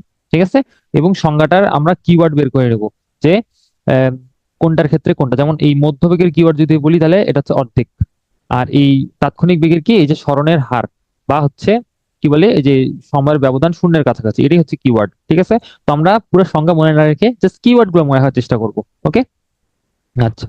তারপর এখান থেকে এই যে আবার ওই সেম সংজ্ঞা, সমবেগের সংজ্ঞাটা আমরা করবো, এবং সমবেগের যে ইংলিশ ইউনিফর্ম ভেলোসিটি এটাও আমাদেরকে মাথায় রাখতে হবে। ওকে, ইউনিফর্ম ভেলোসিটি এটা আমরা মাথায় রাখবো। ওকে, তাহলে ইউনিফর্ম ভেলোসিটি। আচ্ছা, সংজ্ঞাগুলো জাস্ট সংজ্ঞাগুলো করবো আমরা, জাস্ট সংজ্ঞাগুলো, আর কিছু না, এখান থেকে জাস্ট সংজ্ঞাগুলো করবো। ওকে, যে ইউনিফর্ম অ্যাসেলারেশন, তারপর হচ্ছে অসমতল ভেরিয়েবল অ্যাসেলারেশন। ওকে, এখান থেকে আমাদের আর কিছু করতে হবে না। আচ্ছা, তারপর হচ্ছে যদিও এখন আমাদের এগুলো আসে না, জাস্ট এই যে হেডলাইনটা, যে এই হেডলাইন হচ্ছে সমবেগ গতিশীল দূরত্বের সমীকরণ কি, S equal to PT, just হেডলাইনটা। ওকে, এখানকার হেডলাইন গুলা, এই যে ক্ষয় হেডলাইনটা, জাস্ট হেডলাইনটা বলবে যে নিচের কোনটি সমীকরণ সঠিক নয়, তখন এই সমীকরণ চারটা তুলে দিবে, এই যে এই এটা দিবে, হ্যাঁ, তারপর এই যে এখানে আরো আছে এই যে সমীকরণটা দিবে, হ্যাঁ, তো এরকম দিয়ে জাস্ট একটু মান চেঞ্জ করে দিয়ে বলবে যে নিচের কোন সমীকরণটি সঠিক নয়। ঠিক আছে, তাহলে আমাদের হেডলাইন গুলো, এখানকার হেডলাইন গুলো জাস্ট আমরা দেখবো। ঠিক আছে, এই যে হেডলাইন গুলা, এবং আমাদের একটু লক্ষ্য রাখতে হবে যে কোনটা বর্গের সমানুপাতিক, কোনটা হচ্ছে আমাদের এমনি সমানুপাতিক, আর কোনটা ব্যস্তানুপাতিক। এই জিনিসগুলো খুব ভালো করে এই চ্যাপ্টারে লক্ষ্য রাখতেই হবে। ওকে, আচ্ছা।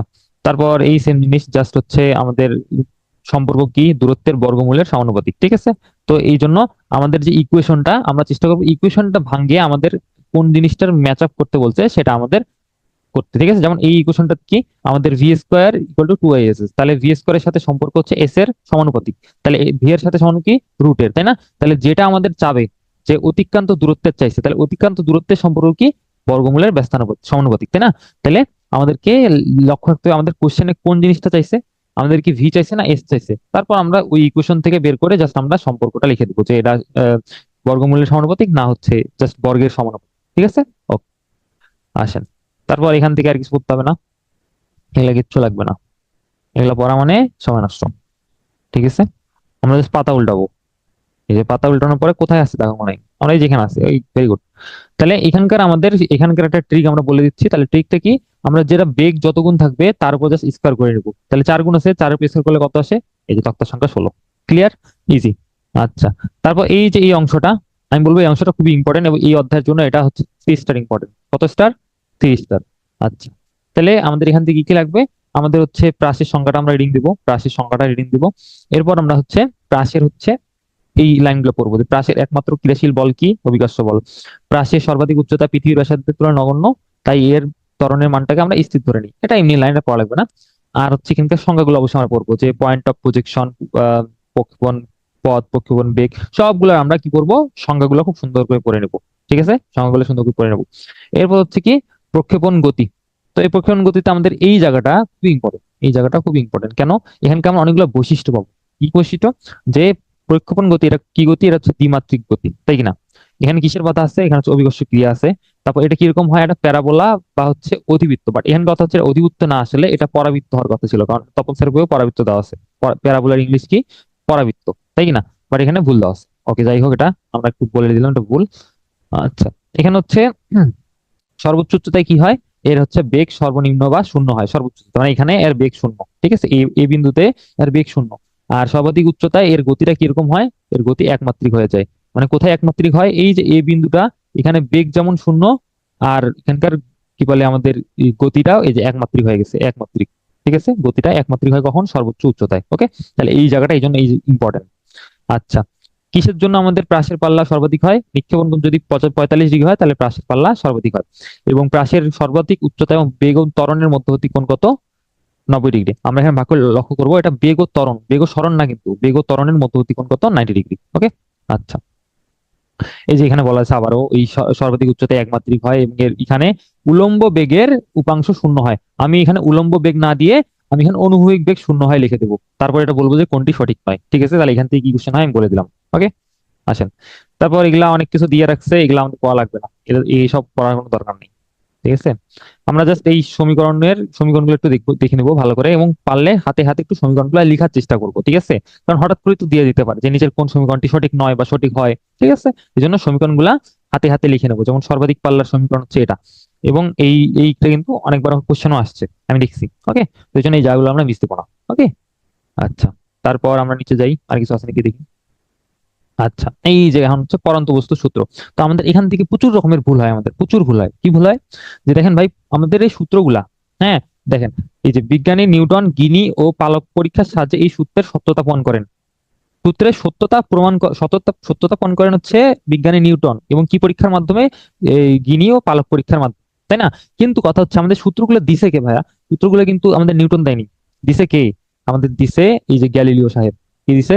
গ্যালিলিও পরন্ত বস্তুর গতি নিয়ে গবেষণা করেন এবং পরীক্ষার্থ সূত্র দেন। ঠিক আছে, তাহলে দেখো, যদিও এটা দাগানো নাই, কিন্তু আমি বলে দিলাম যে এখান থেকে কোশ্চেন হয়। ঠিক আছে, ওকে। তাহলে এখন আমাদের প্রথম সূত্র কোনটি, দ্বিতীয় সূত্র কোনটি, আমরা দ্বিতীয় সূত্রের যে সংক্ষিপ্ত রূপগুলা, এই জিনিসগুলো একটু লক্ষ্য করবো। ঠিক আছে, এবং আমাদের সবচেয়ে বেশি এতক্ষণ যা বকবক করলাম সব জেনে রাখতে বলা আছে, যে পন্তহুত সূত্র দিচ্ছে হচ্ছে গ্যালিলিও, গিনি পালক পরীক্ষা করছে নিউটন, এবং গিনি পালক পরীক্ষা কতটুকু হেলানো স্তম্ভের ছাদ থেকে করা হয়েছে? 180 ফুট। ওকে, আচ্ছা, তাহলে আমাদের এগুলা করতে হবে। এবং আমাদের এই যে সূত্রটা, এটা একটু মনে রাখতে হবে, কারণ এটা থেকে আমাদের ম্যাথ আসবে। ঠিক আছে, ম্যাথ আসবে বলতে অনুশীলনী ম্যাথ আমি বলতেছি। ওকে, আসো। সুষম বৃত্তীয় গতি, এখানকার আমাদের কি কি লাগবে? সংখ্যাটা রিডিং করে নেবেন। তারপর এই যে এই বৈশিষ্ট্যগুলা 100% লাগবে, কারণ এখানকার বৈশিষ্ট্যগুলা এবং জেনে রাখো, এই দুটো আমাদের চেঞ্জ করে দিবে। যেমন এখানে সমদ্রুতি বিদ্যমান, ওরা দিয়ে দিবে সমবেগ বিদ্যমান। ঠিক আছে, তারপর এখানে হচ্ছে সমকৌণিক বেগ কৌণিক বেগ বিদ্যমান, এখানে সমকৌণিক ত্বরণ দিয়ে দিবে। তো কোনটা শূন্য কোনটা শূন্য নয়, আমাদের এদিকে লক্ষ্য রাখতে হবে। লাইক হচ্ছে শুধু এখানকার শূন্য কোনটা দেখেন, কৌণিক ত্বরণটা শূন্য, হ্যাঁ, কিন্তু কৌণিক বেগ কিন্তু শূন্য না। কৌণিক দিকে আছে একটা, এবং এর কেন্দ্রে কি থাকে? কেন্দ্রমুখী ত্বরণ থাকে। তাহলে এই যে বৈশিষ্ট্যটা, এটা 100% পাই, 100% করতে হবে। এবং জেনে রাখতে আমাদের দেওয়া আছে কেন্দ্রমুখী বল দ্বারা কৃত কাজ কি হয়? শূন্য, যেটা আমরা 4 নম্বর অধ্যায়ে পাবো। আর হচ্ছে এই যে কেন্দ্রমুখী ত্বরণ কিসের দিকে কাজ করে? এটা হচ্ছে বৃত্তের কেন্দ্র বরাবর ক্রিয়া করে। ওকে, তাহলে এই জায়গাটা খুবই ইম্পর্টেন্ট। ওকে, তারপর এখানে এই যে অঙ্কটা আছে, অঙ্কটা নিজেই ট্রাই করবা, কারণ এখানে সূত্র দেওয়া আছে সুন্দর করে, এবং সূত্র অনুযায়ী অঙ্কটা করবা। ওকে, আচ্ছা, তাহলে আমাদের এই অধ্যায় শেষ, আলহামদুলিল্লাহ। ওকে, তারপর এখন আমরা যাব হচ্ছে আমাদের নিউটনীয় বলবিদ্যায়। কি নিউটনীয় বলবিদ্যা? আসেন, নিউটনীয় বল।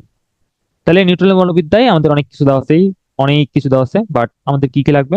দেখেন, প্রথমত আমরা জড়তার সংজ্ঞাটা একটু রিডিং করে নেব। জড়তার সংজ্ঞা রিডিং করে নিলেন।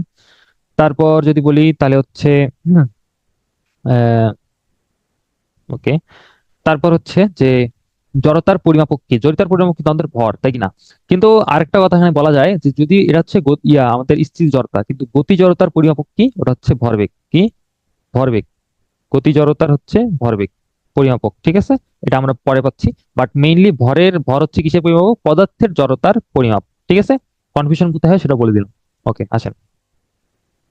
তারপর আমাদের এখানে হচ্ছে সংজ্ঞাটা জাস্ট রিডিং করে নিলেন, সংজ্ঞাটা রিডিং করলেন, জাস্ট সংজ্ঞা রিডিং, বলের সংজ্ঞা রিডিং। ওকে, এখন হচ্ছে বলের, এগুলো অনেক কিছু দেওয়া আছে। আমাদের এখানে কি লাগবে?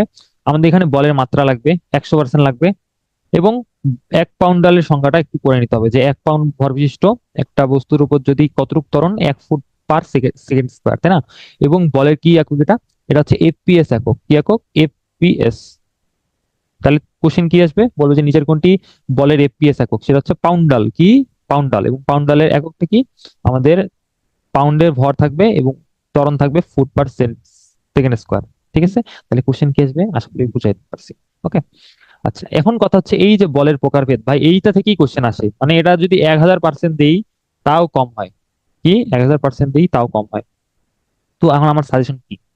আমার কথা হচ্ছে এই যে জিনিসটা দেওয়া আছে না, এই জিনিসটা মেরিট্রিক্স থেকে সুন্দর করে পড়তে। কারণ মেরিট্রিক্সে দেখা যাবে একটা চার্ট দেওয়া আছে, জাস্ট একটা চার্ট দেওয়া আছে। মেরিট্রিক্স বা হচ্ছে ডাইজেস্ট, একটা চার্ট দেওয়া আছে, চার্টের মধ্যে 4টা বল সুন্দর করে এরকম করে কলাম করে সবগুলোর বৈশিষ্ট্য সুন্দর করে দেওয়া আছে। ওইটা পেজটা পারলে এই পেজের পাশে এখানে লাগাই দিলে বেস্ট হবে। ওকে, তাহলে আমাদের এখান থেকে কি কি লাগবে? আমরা তো অবশ্যই অবশ্যই গুরুত্ব দেবো যে কোন বলের কারণে কোনটা হয়। যেমন গ্রাভিটনের কারণে মহাকর্ষ বল, এটা সবচেয়ে দুর্বল, এবং এটা হচ্ছে আকর্ষণধর্মী বল। ঠিক আছে, কোনটা আকর্ষণধর্মী বল, কোনটা বিকর্ষণধর্মী বল, এখান থেকে এই কোশ্চেন গুলো আসে। এবং কোন কণার কারণে, যেমন গ্রাভিটন কণার কারণে হচ্ছে মহাকর্ষ বল। তারপর তড়িৎচুম্বকীয় বল ফোটন কণার কারণে। এবং ফোটন কণা কিরকম একটা? এটার কোনো হচ্ছে চার্জ নাই, কোনো কিছু নাই, তাই না? তাহলে কোন কণার কারণে কোন, তারপর হচ্ছে কি কি বলের মাধ্যমে ওঠে? যেমন হচ্ছে যদি বলবে যে স্থিতিস্থাপক বল, আণবিক বল, রাসায়নিক বিক্রিয়া, এগুলা কোন বলের কারণে হয়? তড়িৎচুম্বক বলের কারণে হয়। ক্লিয়ার? তারপর সবল নিউক্লিয় বল, এটারও ওই সেম জিনিস, সবল। এই যে মেসনের কারণে হয়, মেসন। এবং এটা কিরকম বল, এটা আকর্ষণধর্মী বল, তারপর স্বল্প পাল্লার বল, হ্যাঁ, চার্জ নিরপেক্ষ, তারপর নিউক্লিয়াসের বাইরে ক্রিয়াশীল হয় না। এই যে বৈশিষ্ট্যগুলা খুব সুন্দর করে পড়তে হবে। এবং এইখানে ভাই কোনো লাইন স্কিপ মারার মতো উচিত না, মানে স্কিপ মারা উচিত না। এই 2 পেজ খুব ভালো করে পড়তে হবে। আমার কথা ক্লিয়ার কিনা? এটা 100% ভাই, হ্যাঁ, 100% পড়তেই হবে। ওকে। আচ্ছা, তারপর যে তেজস্ক্রিয় কণার কারণে বিটা রশ্মি, কোন রশ্মি বের হয়, বিটা রশ্মি নির্গত হয়। তারপর বিটা রশ্মি আরো আরেকটা কণা বের হয়, এটার নাম নিউট্রন কণা। ঠিক আছে। তারপর এই যে জেনে রাখোটা সবগুলোর সামারি, এটা অবশ্যই পড়তে হবে। ঠিক আছে। এই যে এখানে গ্রাভিটন লেখা আছে, ওজন লেখা আছে, তারপর কোনটার কারণে নিউক্লিয়াস গঠন হয়, হ্যাঁ, মেসন গ্লুয়ন, দুর্বল নিউক্লিয় বলের কি হয়, বিটা ক্ষয় হয়। হুম, তাহলে এই গ্যালাক্সি গঠন সে কারণে হয়, মহাকর্ষ বলের কারণে। এই জায়গাটা অবশ্যই পড়তে হবে ভাই, মানে এটা পড়লে, এটা যদি না পড়ে যান 1 নাম্বার মিস। হ্যাঁ, এমসিকিউ 1 নাম্বার মিস। ওকে। আচ্ছা, তারপর এখানকার একটা কথা বলা আছে যে দুটা বলকে একসাথে করা হয়েছে। আমি এটা মনে রাখতাম কি দিয়ে? আমি এটা মনে রাখতাম দুধ দিয়ে। দুধ, রাষ্ট্রদূত আছে না, তো দুধ। দুধে কি? দুধ হচ্ছে দুর্বল বল, আর ততে হচ্ছে তড়িৎ, তড়িৎ বল। হ্যাঁ, দুটোকে একসাথে করে এরা নাম দিছে আমাদের কি, তড়িৎ চুম্বকীয় বল। হুম। তাহলে এটা কে দিছে? এটা হচ্ছে সালাম এবং ওয়াইনবার্গ দিছে। সালাম এবং ওয়াইনবার্গ। এবং এখান থেকে আমাদের আরেকটা করতে হবে, সেটা হচ্ছে সবল নিউক্লিয় বলের পাল্লা কতটুকু, দুর্বল নিউক্লিয় বলের পাল্লা কতটুকু, এবং এককটা লক্ষ্য রাখতে হবে, এটা মিটার একক। ঠিক আছে, এটা হচ্ছে মিটার একক। ওকে। আসেন, তারপর ওই সেম জিনিস আমাদের বলের একক, বলের মাত্রা দিয়ে রাখছে। হুম, এখন কথা হচ্ছে নিউটনের গতিসূত্র। এখানে কটা সূত্র? 3টা সূত্র। কটা সূত্র? 3টা সূত্র। ঠিক আছে। এবং 3টা সূত্র দিয়ে বলবে যে নিচের কোনটি তৃতীয় সূত্র, নিচের কোনটি দ্বিতীয় সূত্র, নিচের কোনটি প্রথম সূত্র। ঠিক আছে। ওকে। তাহলে সূত্রগুলো পড়তে হবে এবং কোনটা কোন সূত্র এটা আমাদেরকে লক্ষ্য রাখতে হবে। ওকে।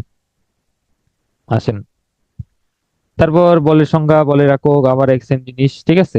আচ্ছা, এখন কথা হচ্ছে এখানে যেমন বলা আছে জেনে রাখো যে নিউটনের দ্বিতীয় সূত্র হতে কি কি পাওয়া যায়? বলের একক পাওয়া যায়, বলের এককের সংজ্ঞা পাওয়া যায়, বলের অভিমুখ পাওয়া যায়, এবং বলের এটাকে নিরপেক্ষ নীতি বলে। আমরা এই কথাগুলো খুব স্কিপ করি এবং এটা আমরা মাথায় রাখতে পারি না। তো এই জন্য এই জিনিসগুলো খুব ভালো করে মাথায় রাখতে হবে যে বলের নিরপেক্ষ নীতি আসলে কোনটা। এটা হচ্ছে নিউটনের গতির দ্বিতীয় সূত্রটা বলে। ঠিক আছে। ওকে। তাহলে এই যে আমাদের এই যে লাইনগুলা, দ্বিতীয় সূত্র থেকে কি কি জানতে পারছি, এগুলো আমাদের একটু ভালো রিডিং দিতে হবে। ঠিক আছে। এগুলা সব পারার বিষয়। এই জায়গাটা অবশ্যই করতে ভালো করে। ওকে। তারপর এখানে এই অঙ্কটা দিয়ে রাখছে, এমনি দেখতে পারেন, বাট অতটা ইম্পর্টেন্ট না আমার কাছে। হুম। ওকে। এই যে এই অঙ্কটা অবশ্যই করতে হবে। এই অঙ্কটা একটু ভালো করে পারলে উত্তর সহ, কোশ্চেন সহ মুস্ত করিয়েন। ওকে, টিটিএম। ওকে। আসেন, আসেন তারপর। তারপর হচ্ছে ঘাত বল। ঘাত বল ইংলিশটা দেখতে হবে, ইম্পালসিভ ফোর্স। এবং ঘাত বলের সংজ্ঞাটা থেকে কোশ্চেন আসে যে এই বলটাকে, এই প্রযুক্ত বলকে কি বলে, এটাকে বলে ঘাত বল। ঠিক আছে, এরকম কোশ্চেন আসে। আচ্ছা, তারপর ঘাত বলের উদাহরণটা অবশ্যই করতে হবে, যেটা হচ্ছে র্যাকেট। এই যে র্যাকেট দ্বারা যখন আমরা খুব জোরে আঘাত করি টেনিস বলকে, ওটা একটা ঘাত বলের উদাহরণ। ঠিক আছে। আর বলের ঘাত হচ্ছে, সংজ্ঞাটা করতে হবে ইম্পালস অফ ফোর্স। এবং মনে রাখতে হবে বলের ঘাত আর ঘাত বল কিন্তু সেম না, বাট ওদের একক সেম, বাট জিনিসটা সেম না। আচ্ছা, এই যে বলের ঘাত কি, আমাদের ভরবেগ পরিবর্তনের সমান। আমি এখানে ভরবেগ না দিয়ে কৌণিক ভরবেগ দিয়ে দিব। ঠিক আছে। তো এই কোশ্চেনটা কিভাবে বানানো হয় এটা আমি বলে দিলাম। ওকে।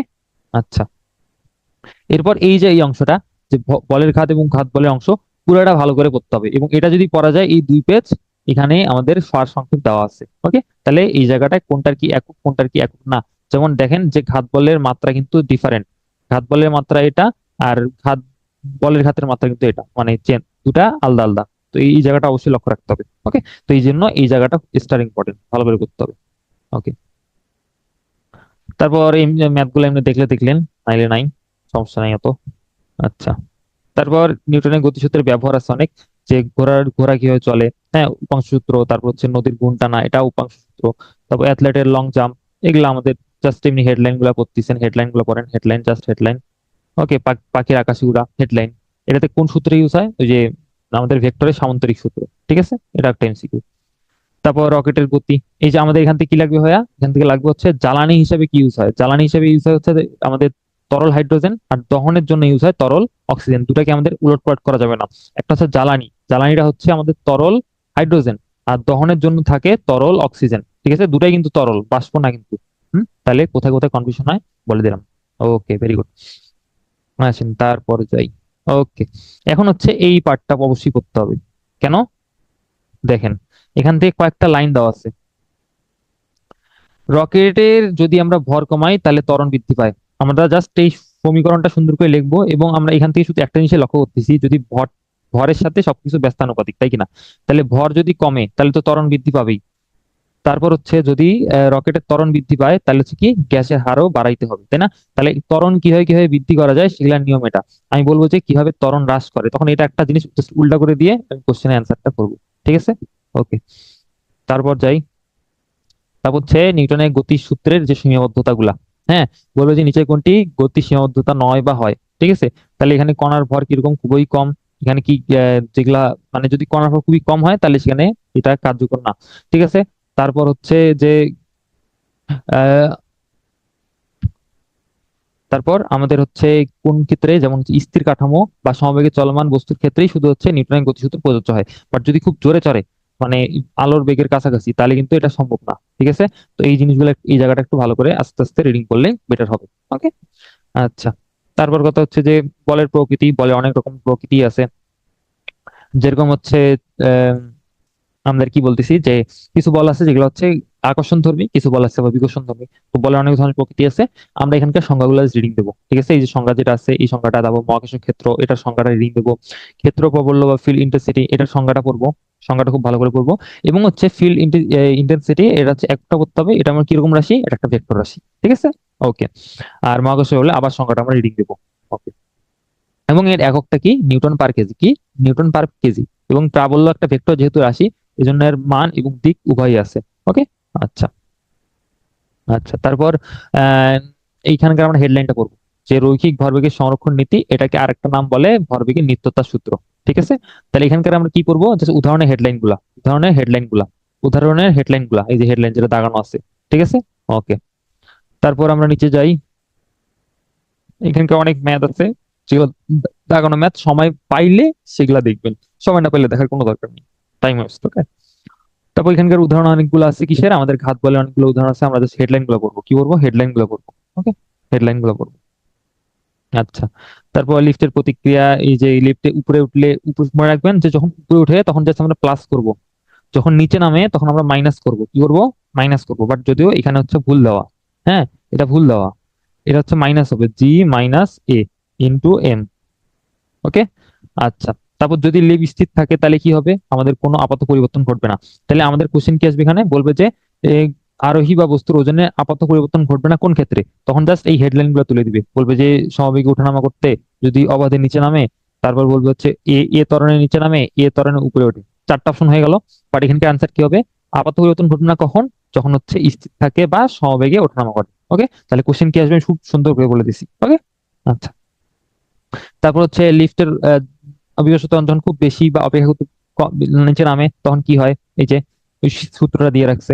এবং অতি অতি ভারহীনতা বা সুপার ওয়েটনেস কখন বলা হয়, যখন হচ্ছে আমাদের আরোহীর ওজন উপরের দিকে ক্রিয়া করে, এই ঘটনাকে কি বলে, অতি ভারহীনতা। ওকে, এই অতি ভারহীনতা কি, এটা একটু সংজ্ঞাটা ভালো করে করতে হবে। ওকে, তারপর আমরা যাই। এখন আমরা শুরু করতেছি ঘূর্ণন গতি বা রোটেশনাল মোশন। তো রোটেশনাল মোশন, এখান থেকে কি কোশ্চেন আসবে, রোটেশনাল মোশনের উদাহরণ যেমন হচ্ছে আমাদের বৈদ্যুতিক পাখা, এবং এর বৈশিষ্ট্যগুলো পড়তে হবে। যে বৈশিষ্ট্য হচ্ছে এটা একই কোণে ঘুরতে থাকবে, হ্যাঁ, এই যে একই ভাবে ঘুরতে থাকবে, এইভাবে ঘুরতে থাকবে, এবং এর ঘূর্ণন অক্ষ সবসময় স্থির থাকে। জাস্ট এমনি বৈশিষ্ট্যগুলো রিডিং দিলেন। ওকে, তারপর সংজ্ঞা আছে, সংজ্ঞাটা রিডিং দিতে হবে, কৌণিক সরণের সংজ্ঞাটা। তারপর কৌণিক বেগের সংজ্ঞাটা আবার রিডিং দিতে হবে, কারণ আমি বলছি এই অধ্যায়গুলো থেকে সংজ্ঞাগুলো থেকে দু একটা কোশ্চেন আসে চলে। ঠিক আছে, তো সংজ্ঞাগুলো একটু রিডিং দিতে হবে, একবার হলেও রিডিং যেন দেয়। ঠিক আছে, তারপর হচ্ছে কৌণিক বেগের মান স্থির থাকলে এই যে সমগতীয় উম, সমবৃত্তীয় গতি বলে। তাহলে কৌণিক বেগের মান যদি স্থির থাকে তখন সেই গতিটাকে বলে সমবৃত্তীয় গতি বা ইউনিফর্ম সার্কুলার মোশন। ওকে, তো সংজ্ঞাটা জাস্ট রিডিং করে নিলাম। এবং এর একক গুলা, যেমন ধরেন এখানে কি কোশ্চেন আসবে, বলবে যে কৌণিক বেগের একক কি, এটা হচ্ছে রেডিয়ান পার সেকেন্ড, ঠিক কিনা। এখন বলবে যে ইঞ্জিনিয়ারিং এ আরো একটা প্রচলিত আছে, সেটার নাম কি, সেটা হচ্ছে আমাদের আরপিএম বা রেভলিউশন পার মিনিট। ঠিক আছে, আরপিএম। তাহলে এটা কিসের একক, এটা ইঞ্জিনিয়ারিং এর একক। এবং কৌণিক বেগের মাত্রাটা কি, এটা হচ্ছে 1/t বা T−1, তাই কিনা। এবং পর্যায়কালের আমরা জাস্ট সংজ্ঞাটা রিডিং করে নেবো এখান থেকে।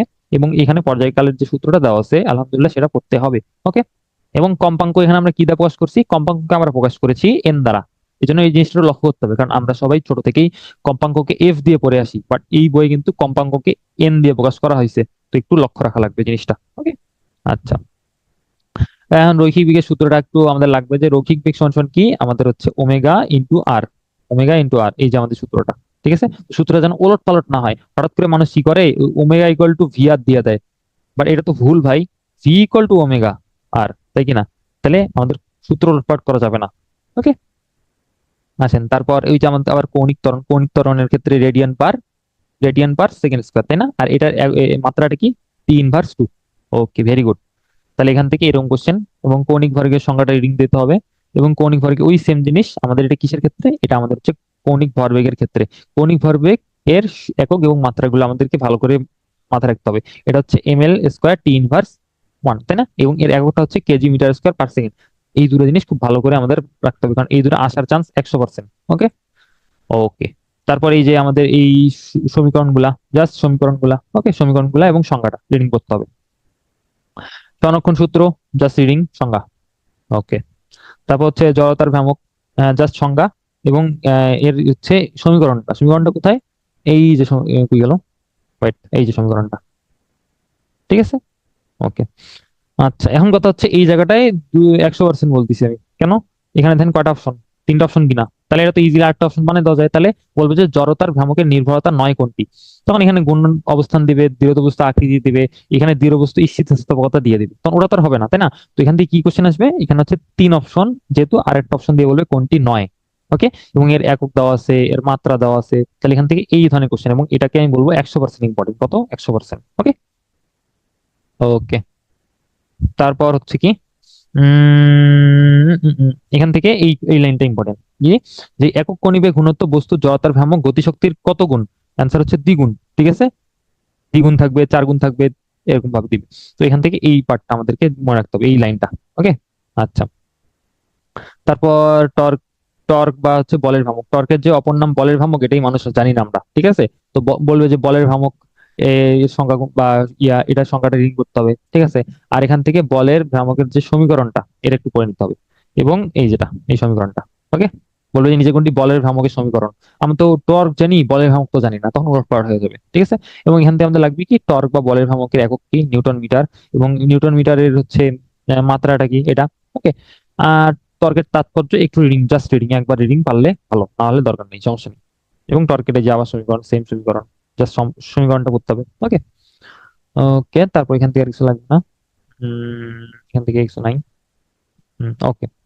এই যে কয়টা অংশ দেওয়া আছে না, আমরা এই যে এগুলা মনে রাখবো, আর আমরা এই জিনিসটা নিজেই বের করতে পারবো সূত্র থেকে, ঠিক আছে। তাহলে আমাদের সরু দণ্ড, মানে যদি হচ্ছে জিনিসটা এরকম হয় যে এর মাঝ বরাবর দিয়ে গেছে, মাঝ বরাবর দিয়ে গেছে, ঠিক আছে, তাহলে এটা হবে হচ্ছে আমাদের কি, ml²/12। আর যদি এই কোণা বরাবর যায়, তাহলে কোণা বরাবর গেলে হচ্ছে ml²/3, ঠিক আছে। আর বাকি যে দুটো আছে, এই দুটো অতটা ইম্পর্টেন্ট না, বাট আমাদের পড়তে হবে, ঠিক আছে। ভালো মতো যেন এই চারটা লাইন মুখস্থ থাকে। হ্যাঁ, আমরা চেষ্টা করবো যে এই যেটা জিনিস থাকবে সেটার পাশে সুন্দর করে ওই জিনিসটা আর্ট করে নেওয়া, যেমন এটা হচ্ছে এই আমাদের মধ্যবিন্দু দিয়ে গেছে, তাহলে মধ্যবিন্দু দিয়ে গেলে 1/ml²/12, ঠিক আছে। এইভাবে মনে রাখতে হবে আমাদের। এগুলো পড়া লাগবে না, ওই সেম জিনিস উপরেই আছে। ওকে, আচ্ছা। তারপর আসি যে কৌণিক গতির জন্য আমাদের নিউটনের অনেক সূত্র আছে। প্রথম সূত্র সেম জিনিস, জাস্ট হচ্ছে কৌণিক গতি জিনিসগুলো এখানে ইনক্লুড হয়। তাহলে তিনটা সূত্র আমরা খুব সুন্দর করে একটু রিডিং দিয়ে নেবো। আচ্ছা, তারপর হচ্ছে অভিকেন্দ্র বল বা কেন্দ্রমুখী বলের ইংলিশ টার্মটা লাগবে, যেটা হচ্ছে সেন্ট্রিপেটাল ফোর্স। কি? Centripetal force. তাহলে আমাদের সংজ্ঞাটা এবং ইংলিশ টার্মটা লাগবে এখানে। ওকে, আচ্ছা। এখন এখানে দেখো তিনটা নাম দেওয়া আছে, কি কি নাম ভাই? দেখো, এটা কেন্দ্রমুখী বল বলে, এটাকে অভিকেন্দ্র বল বলে, এবং এটা একই সাথে একটা কার্যহীন বল, ঠিক আছে। তাহলে আমাদের তিনটা নাম আমাদের এখানে পড়তে হবে ভালো করে। আর কেন্দ্র বিমুখী বলকে বলে অপকেন্দ্র বল, এবং এটার নাম হলো সেন্ট্রিফিউগাল ফোর্স। তাহলে আমাদেরকে এখানে ইংলিশ টার্মটা তো পড়তেই হবে, এবং অন্য নামটা মনে রাখতে হবে। এটা যেমন অপকেন্দ্র, এটা কিন্তু অপকেন্দ্র না, এটা কি ছিল? এটা অভিকেন্দ্র, ঠিক আছে। কেন্দ্রমুখীটাকে অভিকেন্দ্র। তাহলে ওলট পালট করার জায়গা কিন্তু খুব সুন্দর আছে এখানে, হেডলাইন গুলো, জাস্ট হেডলাইন গুলো। ওকে, আচ্ছা। তাহলে কেন্দ্রমুখী বলের ব্যবহার, আমাদের হেডলাইন গুলো পড়বো। রাস্তার ব্যাংকিং আছে, এখান থেকে ব্যাংকিং এর এই সমীকরণটা আমাদের মনে রাখতে হবে, ঠিক আছে, জাস্ট সমীকরণটা। তারপর নিচে যাই, হ্যাঁ, এই যে সাইকেল হারের যে হেডলাইন গুলা, এবং কেন হচ্ছে এটা করে, এই যে কেন্দ্রমুখী বলের প্রয়োজন হয়, এই জন্য আমাদের কি হয়, রাস্তার আগে একটু বাঁকায় চলতে হয়, বাঁকনে চলতে হয়, বা রাস্তার আগে একটু বড় করে বানাইতে হয়, তাই না? তাহলে এই পার্টটা পড়তে হবে যে কেন্দ্রের দিকে অনুভূমিক বল, একটা কেন্দ্রমুখী বলের প্রয়োজন হয়, যেটা আমাদের এই যে সাপ্লাই দিচ্ছে কে, এই আমাদের কেন্দ্রমুখী বলটা সাপ্লাই দিচ্ছে এই সাইকেলটাকে ঘোরানোর জন্য, তাই না? তাহলে এই জায়গাটা আমাদের একটু রিডিং দিতে হবে, দাগানো লাইনটা। ঠিক আছে, আচ্ছা। তারপর সেন্ট্রিফিউজ কি হয়, কি করে, ওইটা জাস্ট উদাহরণের হেডলাইনটা, ঠিক আছে। ওকে, তারপর এখান থেকে আর কিছু লাগবে না মোটামুটি। ওকে, আচ্ছা। তারপর হচ্ছে স্থিতিস্থাপক সংঘর্ষ, মনে রাখবো যে সংঘর্ষ দুই প্রকার, একটা হচ্ছে স্থিতিস্থাপক আর একটা হচ্ছে সংঘর্ষ। স্থিতিস্থাপক সংঘর্ষে দুটাই সেম থাকে, মানে ধ্রুব থাকে। কোনগুলা? একটা হচ্ছে ইকে বা হচ্ছে গতিশক্তি, আর আরেকটা হচ্ছে আমাদের ভরবেগ। কি? ভরবেগ। এই দূরে যদি সমান থাকে তাহলে ওটাকে আমরা বলবো হচ্ছে স্থিতিস্থাপক সংঘর্ষ। কি বলবো? স্থিতিস্থাপক সংঘর্ষ। আর যদি হলো শুধু ভরবেগ থাকে তাহলে সেটাকে আমরা বলি অস্থিতিস্থাপক বা ইনএলাস্টিক কলিউশন। তাহলে আমাদের এখানে কি কি লাগবে আমরা যে সংজ্ঞাটা পড়ে নেব। সংজ্ঞা পড়ার পর উদাহরণটা পড়বো যে দুটি কাজ বা ইস্পাত বলের মধ্যে সংঘর্ষ কিরকম সংঘর্ষ। এটা পূর্ণ স্থিতিস্থাপক সংঘর্ষ। ওকে। তারপর আবার নিচে যাব, নিচে যাওয়ার পর এখানে কিছু লাইন লেখা আছে। এগুলা লাইন যদিও আসে না পরীক্ষায়, বাট অনুশীলনীতে কিছু কোশ্চেন এখান থেকেই দেওয়া। তাই আমি বলবো যে কটা লাইন এখানে আছে, এই বিশেষ করে যেগুলো হচ্ছে বোল্ড করা লাইনগুলা, কোনগুলা যেগুলো কালো দিয়ে বোল্ড করা, এই লাইনগুলো রিডিং দিতে। ওকে। এগুলো যেন মিস না যায়, ঠিক আছে, কারণ এখান থেকে সত্য মিথ্যা কোশ্চেন আসে। ওকে। আচ্ছা। ওকে, এখান থেকে স্থিতিস্থাপক সংজ্ঞাটা এবং হচ্ছে এই তো কার বেগ বেশি হইতে পারে, কার শক্তি বেশি হইতে পারে, জাস্ট রিডিং লাইনটা। ওকে। আর তেমন কিছু এখানে কোশ্চেন নাই। আচ্ছা। তারপর স্থিতিস্থাপক গুণাঙ্ক, জাস্ট রিডিং হচ্ছে সংজ্ঞাটা, বেশি কিছু না, জাস্ট সংজ্ঞাটা। হুম। এবং স্থিতিস্থাপক সংজ্ঞা আমাদের এই যে সমীকরণটা, আমাদের সংজ্ঞাটা মনে রাখতে হবে এবং এটাও মনে রাখতে হবে যেটা কোনো একক নাই এবং এটার মান সর্বদা ওয়ানের কম হবে, কি ওয়ানের অনেক চেয়ে ছোট হবে, ঠিক আছে, এই জিনিসটা মনে রাখতে হবে আমাকে। ওকে। তারপর স্থিতিস্থাপক সূত্রাবলী আছে, অনেক সূত্রাবলী। এইখানকার সূত্রাবলীর যে আমাদের লাইন তিনটা আছে, এই লাইন তিনটা ভালো করে পড়তে হবে, ঠিক আছে। যে ঘর্ষণ বল সর্বদা কিসের বিরুদ্ধে কাজ করে?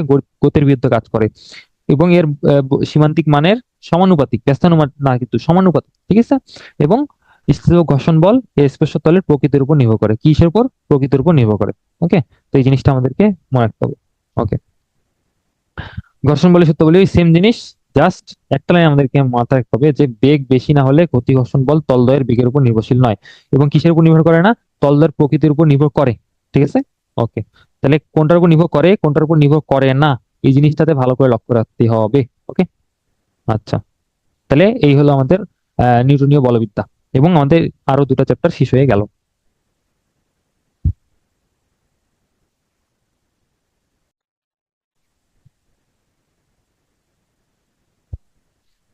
বিসমিল্লাহির রহমানির রহিম। তো এখন আমরা হচ্ছে শুরু করতেছি আমাদের কাজ ক্ষমতা, কাজ ক্ষমতা ও শক্তি এই চ্যাপ্টারটা। ওকে।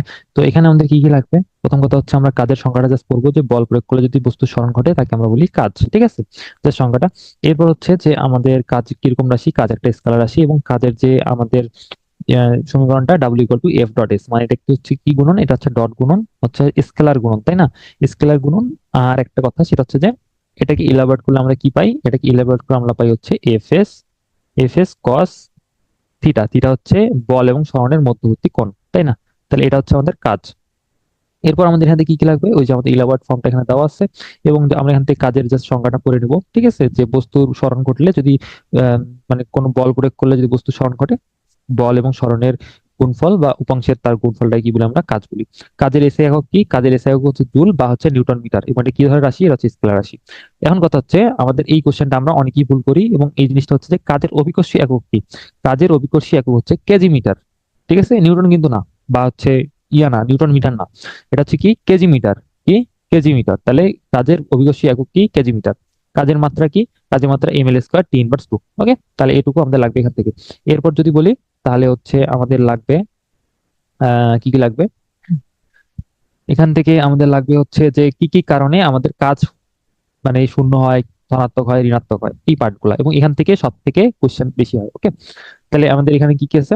যে যখন হচ্ছে পৃথিবীর আবর্তন ঘটে সূর্যের চারদিকে তখন কোনো কাজ হয় না, তখন কাজের মান হচ্ছে কত? জিরো, ঠিক আছে, কারণ কাজের এবং সরণের মধ্যবর্তী কোণ তখন কত হয়? তখন হচ্ছে 90 ডিগ্রি হয়, আর 90 ডিগ্রি হলে আমাদের কসের মান কত? জিরো, তাই না? ওকে। তাহলে এখান থেকে আর কি কি হচ্ছে? এখান থেকে আমাদের আর কোশ্চেন হচ্ছে যে হাতে যদি একটা ব্যাগ নিয়ে আমরা সমতল পথে হাঁটি তখনও কিন্তু কোনো কাজ হবে না, তাই না? এই যে আমরা হাঁটতেছি একটা কাঁধে ব্যাগ নিয়ে, হ্যাঁ, তাহলে ওইখানেও আমাদের কাজ, আমরা হচ্ছে হাঁটতেছি এই দিকে, বাট আমাদের সরণ ইয়ার দিক কোন দিকে? এই যে নিচের দিকে হচ্ছে বল কাজ করছে, তাই না? তাহলে মধ্যবর্তী কোণ কত? 90 ডিগ্রি। তাহলে এখানেও কোনো আমাদের কাজ হচ্ছে না, তো এটাই বলছি এখানে। ওকে। আচ্ছা।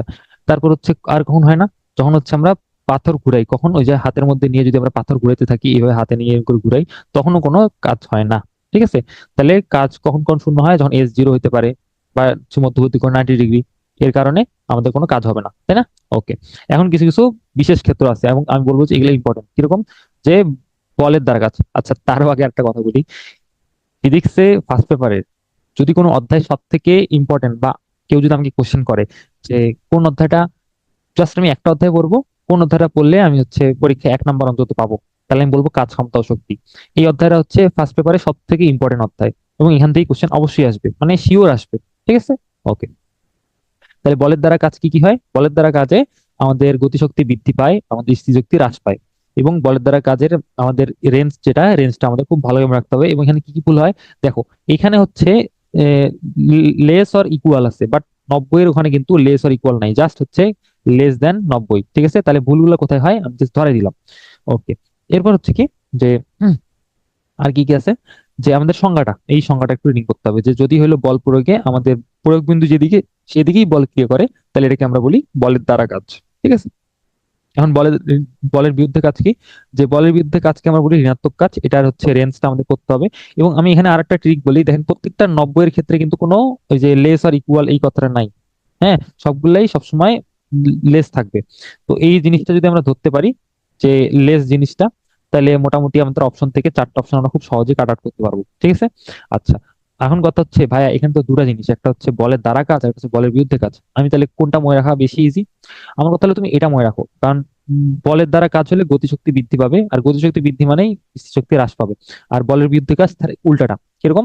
এই যে বলের বিরুদ্ধে কাজে দেখো কি হয়, স্থিতিশক্তি আমাদের বৃদ্ধি পায় আর গতিশক্তি হ্রাস পায়। ঠিক আছে, তাহলে আমরা জাস্ট একটা মনে রাখি, কোনোটা এর বিপরীতটা হিসেবে আমরা চিন্তা করে নিয়ে অ্যান্সার করব। ঠিক আছে, আচ্ছা। শূন্য কাজ তো আমরা বুঝছি যে যদি হচ্ছে সমকোণ থাকে 90 ডিগ্রি, তখন সেটাকে আমরা কার্যহীন বল বা শূন্য বল বলি। এরকম বলের নাম হলো কেন্দ্রমুখী বল বা অভিকেন্দ্র বল, এটা ইংলিশ হচ্ছে সেন্ট্রিপিটাল ফোর্স। ওকে, আচ্ছা। তারপর নিচে আসি আমরা, এই যে অংশটা, যেহেতু আমরা জানি যে এফ এস কস থিটা, তাই না? এফ এস কস থিটার মানের মধ্যে যদি 0 বসাই, একবার 90 বসাই, এই জাস্ট জিনিসগুলা আমরা হচ্ছে একটু রিডিং করে নেবো, যে সরণ শূন্য হইলেও কাজ শূন্য, মধ্যবর্তী কোণ 90 ডিগ্রি হলেও শূন্য। আর যদি সংরক্ষণশীল করে, যদি বস্তুটা বৃত্তাকার পথে করে, ওই যে হাতের মধ্যে নিয়ে এইভাবে ঘুরাচ্ছি, তখন এটাতেও কাজ কি শূন্য। ঠিক আছে, এই কথাটাই বলছি এখানে। ওকে, তারপর আমরা যাব নিচে। আচ্ছা, এখান থেকে আমাদের কি কি লাগবে? ওই ধনাত্মক কাজের আমরা সংখ্যাগুলো পড়ে আসলাম না, যে রেঞ্জ হচ্ছে 90-এর চেয়ে আহ, কম হইতে হবে এবং 0 ডিগ্রির চেয়ে বেশি বা সমান হইতে হবে, তখন সেটা আমাদের কি বস্তু সরণ সেম দিকে হবে, এটাকে বলি আমরা ধনাত্মক কাজ, তাই না? তো ধনাত্মক কাজে কি কি হয়? গতিশক্তি বৃদ্ধি পায়, ওই যে বস্তুতে বললাম বলের দ্বারা কাজ, তাই না? এবং ত্বরণ হয়। আর শূন্য কাজে তো বুঝতেছি যে মধ্যবর্তী কোণ 90 ডিগ্রি হবে, আর ঋণাত্মক কাজ ওই যে 180 ডিগ্রি, কারণ উল্টা দিকে হয়ে যায়, তাই না? আর এক্ষেত্রে কি হয়? গতিশক্তি হ্রাস পায় এবং বন্ধন হয়। তো এই জিনিসগুলো একটু মনে রাখতে হবে। ওকে, এই জায়গাটা কিন্তু খুবই ইম্পর্টেন্ট। ঠিক আছে, লাগানো লাইনগুলো খুব ভালো করে ঠান্ডা মাথায় করতে হবে। ওকে, তারপর আমরা যাই নিচে। ওকে, 1 মিনিট। ওকে, তাহলে এখন আমাদের নিচে যেগুলো আছে আমরা সেগুলোতে ফোকাস দিই। এখন হচ্ছে পরিবর্তনশীল বল দ্বারা কাজ। তো পরিবর্তনশীল বল দ্বারা কাজ বলতে মেইনলি আমাদের ইন্টিগ্রেশন কে নির্দেশ করে। বাট এখান থেকে আমাদের কি লাগবে সেগুলো আমরা লক্ষ্য দিই, আসেন। এখান থেকে তেমন কিছু লাগবে না, বাট আমরা কিছু জিনিসগুলা উলট পালট করি, তো আমি সেগুলোকে আলাদা করে বলে দিই। দেখেন, অনেক ধরনের বল আছে আমরা জানি, একটা হচ্ছে স্থিতিস্থাপক বল আর একটা হচ্ছে লাইক অভিকর্ষ বল, তাই না?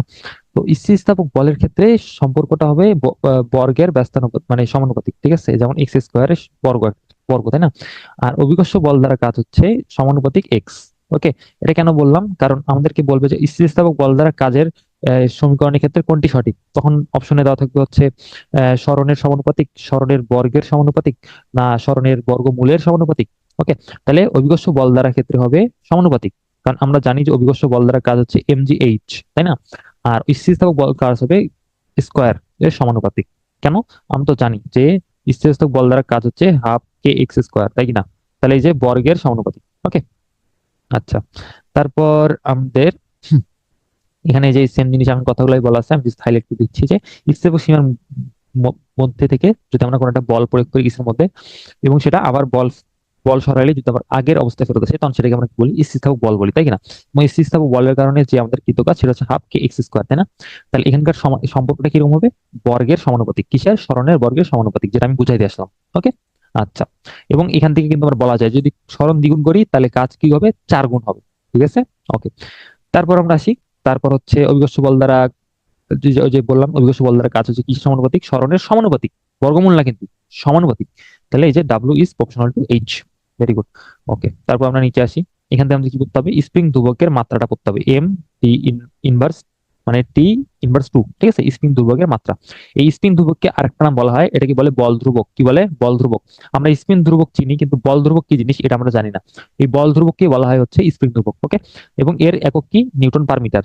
এবং এই তিনটা অপশন ভেরি ভেরি ইম্পর্টেন্ট এবং আমাদের মনে রাখতে হবে। ওকে, আচ্ছা। তারপর হচ্ছে স্প্রিং ধ্রুবক কিসের উপর নির্ভর করে? তিনটা জিনিসের উপর নির্ভর করে। এটা স্প্রিং ধ্রুবের দৈর্ঘ্য, একটা হচ্ছে জ্যামিতিক গঠন, আর একটা স্থিতিস্থাপকতা। তাহলে এই যে নির্ভরশীলতা, এই নির্ভরশীলতা একদম মুখস্থ করতে হবে। যেহেতু এখানে কটা অপশন ভাইয়া? এখানে হচ্ছে তিনটা অপশন, ঠিক কিনা? তাহলে আমাদের হচ্ছে এই জায়গাটা মুখস্থ করতে হবে। ওকে, আচ্ছা। তারপর ওই আবার সেম জিনিস, একই কথা, রিডিং দিবেন ভালো করে। তারপর হচ্ছে এই যে আবার ওই একই কথা, এমজিএইচ, তাই না? এই যে সমানুপাতিক, সেম জিনিস, সেম কথা, একই বারবার।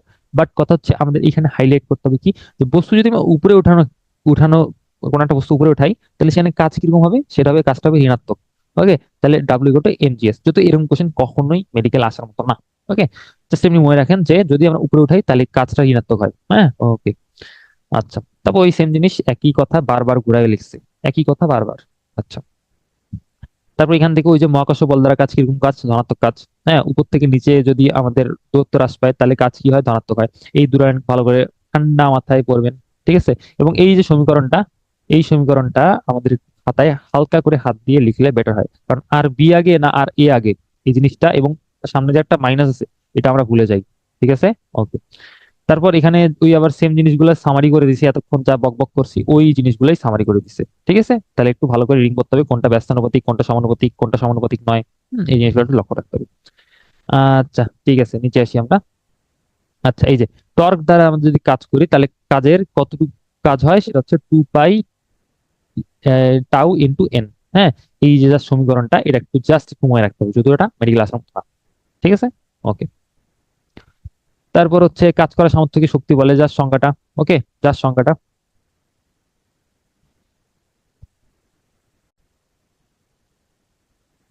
ওকে, তাহলে এখান থেকে এখন কি ধরনের কোশ্চেন আসবে? লাইক এখানে আমরা দেখতেছি যে শক্তির বিভিন্ন রূপ আছে, তাই না? তো শক্তির বিভিন্ন রূপে দেখেন এখানে মোট মেবি 9টার মতো আছে, তাই না? তো 9টার মধ্যে লাইক এখানে কি কোশ্চেন আসবে? বলবে যে নিচের কোনটি শক্তির রূপ নয়। লাইক আমরা অনেকেই জানি না যে চৌম্বক শক্তি একটা রূপ আছে, তারপর তড়িৎ শক্তির রূপ আছে, পারমাণবিক শক্তি যে হচ্ছে নিউক্লিয়ার এনার্জি, এটাও আমরা অনেকে জানি না। তো এখানে আরেকটা যেমন দিয়ে দিতে পারি, দিয়ে দিলাম ধরেন হচ্ছে আণবিক শক্তি। কি? আণবিক শক্তি। দেখেন তো এখানে আণবিক শক্তি বলে কিছু আছে নাকি? অ্যাটমিক এনার্জি বলে কিছু আছে? কিচ্ছু নাই, তাই না? তো এখান থেকে হয় নয় এর কোশ্চেন হবে। ঠিক আছে, তাহলে এখান থেকে ইংলিশ টার্মটা পড়তে হবে, সাথে হচ্ছে আমাদের কোনটা কি একটু দেখতে হবে।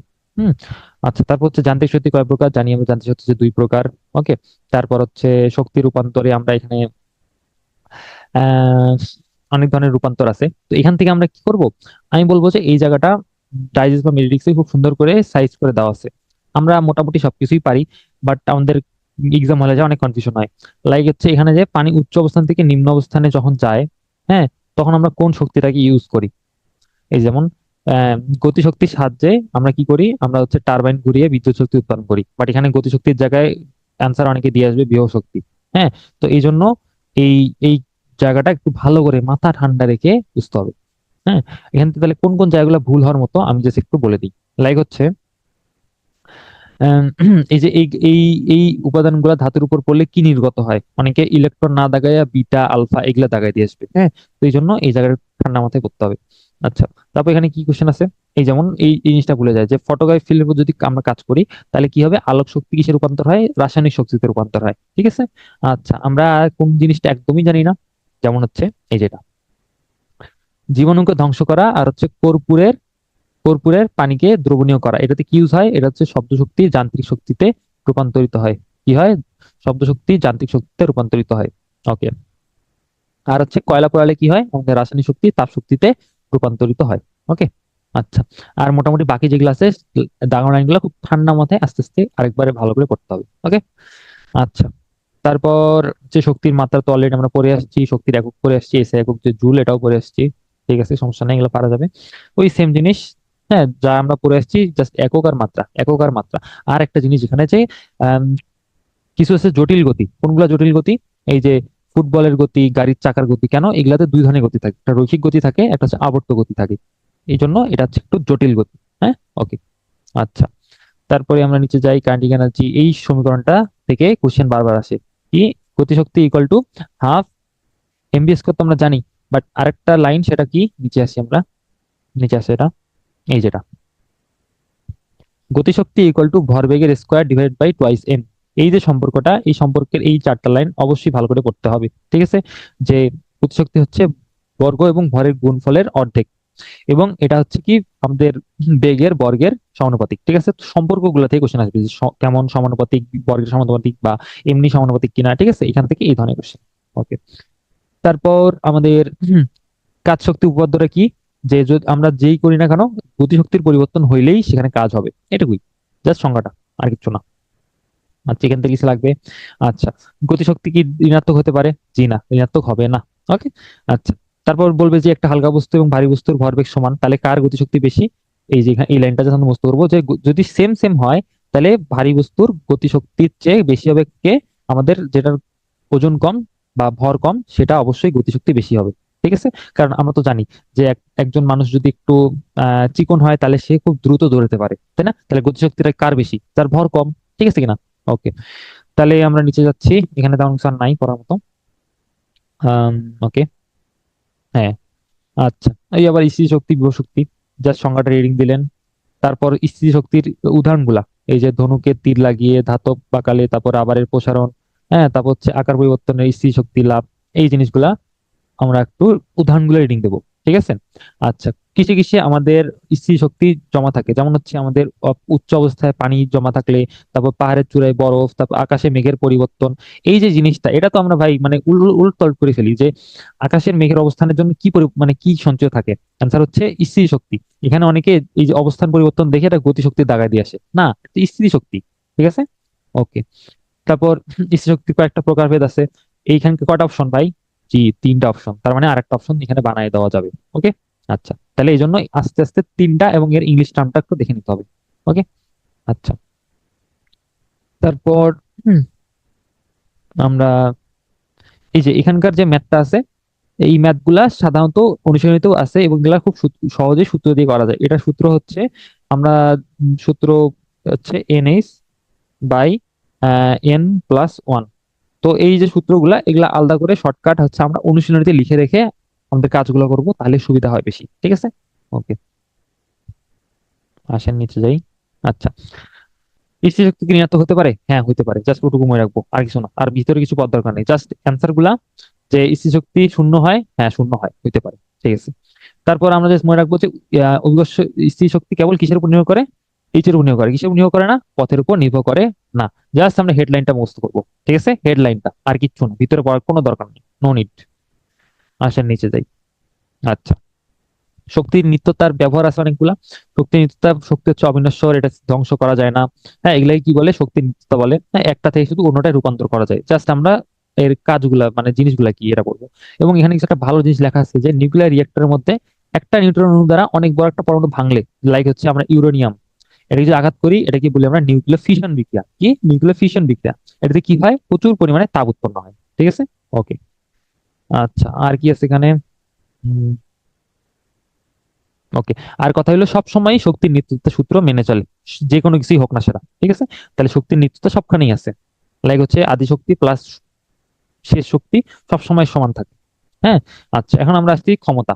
এই ক্ষমতা পাঠটা এবং ক্ষমতার ম্যাথ গুলা সবচেয়ে বেশি ইম্পর্টেন্ট এই অধ্যায়ে, ঠিক আছে? ক্ষমতার ম্যাথ এবং অংশটা খুবই বেশি ইম্পর্টেন্ট। ওকে, তাহলে আমাদের এখানে কি কি লাগবে? আমরা এই যে যেই সমীকরণটা আছে ভাই, এটা পুরোটা তুমি মুখস্থ করো, পারলে দুইবার খাতায় লিখো, ঠিক আছে? যে ক্ষমতা ইকুয়াল টু হচ্ছে কাজ বাই সময়, F/S/T বা FB। এফ মানে হচ্ছে বল আর ভি মানে হচ্ছে বেগ, ঠিক আছে? এবং এটা কিরকম রাশি? এটা একটা স্কেলার রাশি, ঠিক আছে? ওকে, এরপর হচ্ছে ক্ষমতার একক গুলো আমরা মুছতে পারবো। এসআই একক কি? জুল পার সেকেন্ড, বা হচ্ছে ওয়াট কি? ওয়াট, ঠিক আছে? আচ্ছা, তারপর নিচে আসো, এখানে দেওয়া আছে যে এক অশ্ব ক্ষমতা সমান সমান হচ্ছে 746 ওয়াট। আমি কি করবো জানেন? আমি বলবো যে 1 ওয়াট সমান সমান কত এইচপি। হ্যাঁ, এরকম কোশ্চেন হতে পারে, কারণ আমি এখানে জানি যে 746, আমার এখানে ভুল হইতে পারে, আমি এটা এটা এরকম 764 বানাই দিব, বাট এটা তো 764 না, এটা 746, তাই কি না? আর একটা জিনিস এখানে বানানো যায়, কি বানানো যায়? আমি এখানে এখানে আমি 746 কিলোওয়াট দিয়ে দিলাম, তাহলে এখানে কি হবে? কিলো এইচপি হয়ে যাবে। কথা কি বুঝছেন? মানে আমি এককগুলো চেঞ্জ করতে পারি, আমি এ পাশের কথাটা ওপাশে দিতে পারি, এভাবে আমি ভ্যারিয়েশন করে এখান থেকে কোশ্চেন করতে পারি। ওকে, আচ্ছা, তাহলে আমাদেরকে জাস্ট এগুলা রিডিং করে নিলেন, এখানে না পাওয়ার মতো কিছু নাই। ওকে। আচ্ছা, তারপর এই যে জাস্ট সমীকরণটা, যে ক্ষমতা ইকুয়াল টু টর্ক ইনটু কৌণিক বেগ। আচ্ছা, তারপর কর্মদক্ষতা। কর্মদক্ষতা তো আমরা জানি যে যতটুকু হচ্ছে কাজে পরিণত হয় আর যতটুকু সর্বশক্তি তার অনুপাতকে আমরা বলি কি কর্মদক্ষতা, ঠিক আছে। এবং 1 HP সমান কি 746, বারবার বলতেছি 46, 64 কিন্তু না, এখানে আমাদের ভুল হয়। ওকে। আর কোন যন্ত্রেরই ক্ষমতা 100% পাওয়া যায় না। বল কত প্রকার? বল হচ্ছে দুই প্রকার, একটা সংরক্ষণশীল বল আর একটা হচ্ছে অসংরক্ষণশীল বল, তাই না? আমাদের এই বৈশিষ্ট্যগুলো খুব ভালো করে পড়তে হবে। কেন? এই বৈশিষ্ট্যগুলো বলে দিবে নিচের কোনটি সংরক্ষণশীল বলের বৈশিষ্ট্য নয়, বা নিচের কোনটি অসংরক্ষণশীল বলের বৈশিষ্ট্য, তাই না? তাহলে সংরক্ষণশীল বল শুধু অবস্থানের উপর নির্ভর করে, এটাকে পুনরুদ্ধার করা যায়। এটাতে হচ্ছে শুধু কিসের উপর নির্ভর করে? আদি এবং চূড়ান্ত অবস্থানের উপর নির্ভর করে, ঠিক আছে। এবং এটা সবসময় শক্তি নিয়ন্ত্রণ সূত্র মানে পূর্ণচক্রের কাজ শূন্য হয়, ঠিক আছে। আর এর হচ্ছে এর সংরক্ষণ বলে স্থিতিশক্তির ঋণাত্মক মাত্রা সমান হয়, অর্থাৎ F equal to DU by DR, ঠিক আছে। তাহলে আমরা আমরা জাস্ট একটা মনে রাখি, এর উল্টাটা কি হবে? অসংরক্ষণশীল বল, ঠিক আছে। এবং আমাদের এখান থেকে পড়তে হবে কি এই উদাহরণগুলা, অভিকর্ষ বল, বৈদ্যুতিক বল, আদর্শ স্প্রিং এর বিকৃতি, এগুলো হচ্ছে কি আমাদের প্রতিরোধী বলগুলা, সংরক্ষণশীল বল, ঠিক আছে। ওকে। আর অসংরক্ষণশীল বলে যখন যাবো আমরা, ওই জাস্ট যা আমরা পড়লাম সেটা জাস্ট উল্টা দিকটা, ঠিক আছে, তার উল্টা দিকটা। ওকে, ভেরি গুড। আর ঘর্ষণ বল কিরকম বল? ঘর্ষণ বল একটা অসংরক্ষণশীল বল, এবং সাথে আহ, কি বলে এটাকে, সবল নিউক্লিয় বল, দুর্বল নিউক্লিয় বল, সবগুলো কিরকম বল? সবগুলাই হচ্ছে আমাদের অসংরক্ষণশীল বল। ওকে। এখান থেকে এটুকুই লাগবে, আর তেমন কিছু লাগে না। ওকে, আসেন নিচে যাই। এই তো আমাদের অধ্যায় শেষ, আলহামদুলিল্লাহ। ওকে।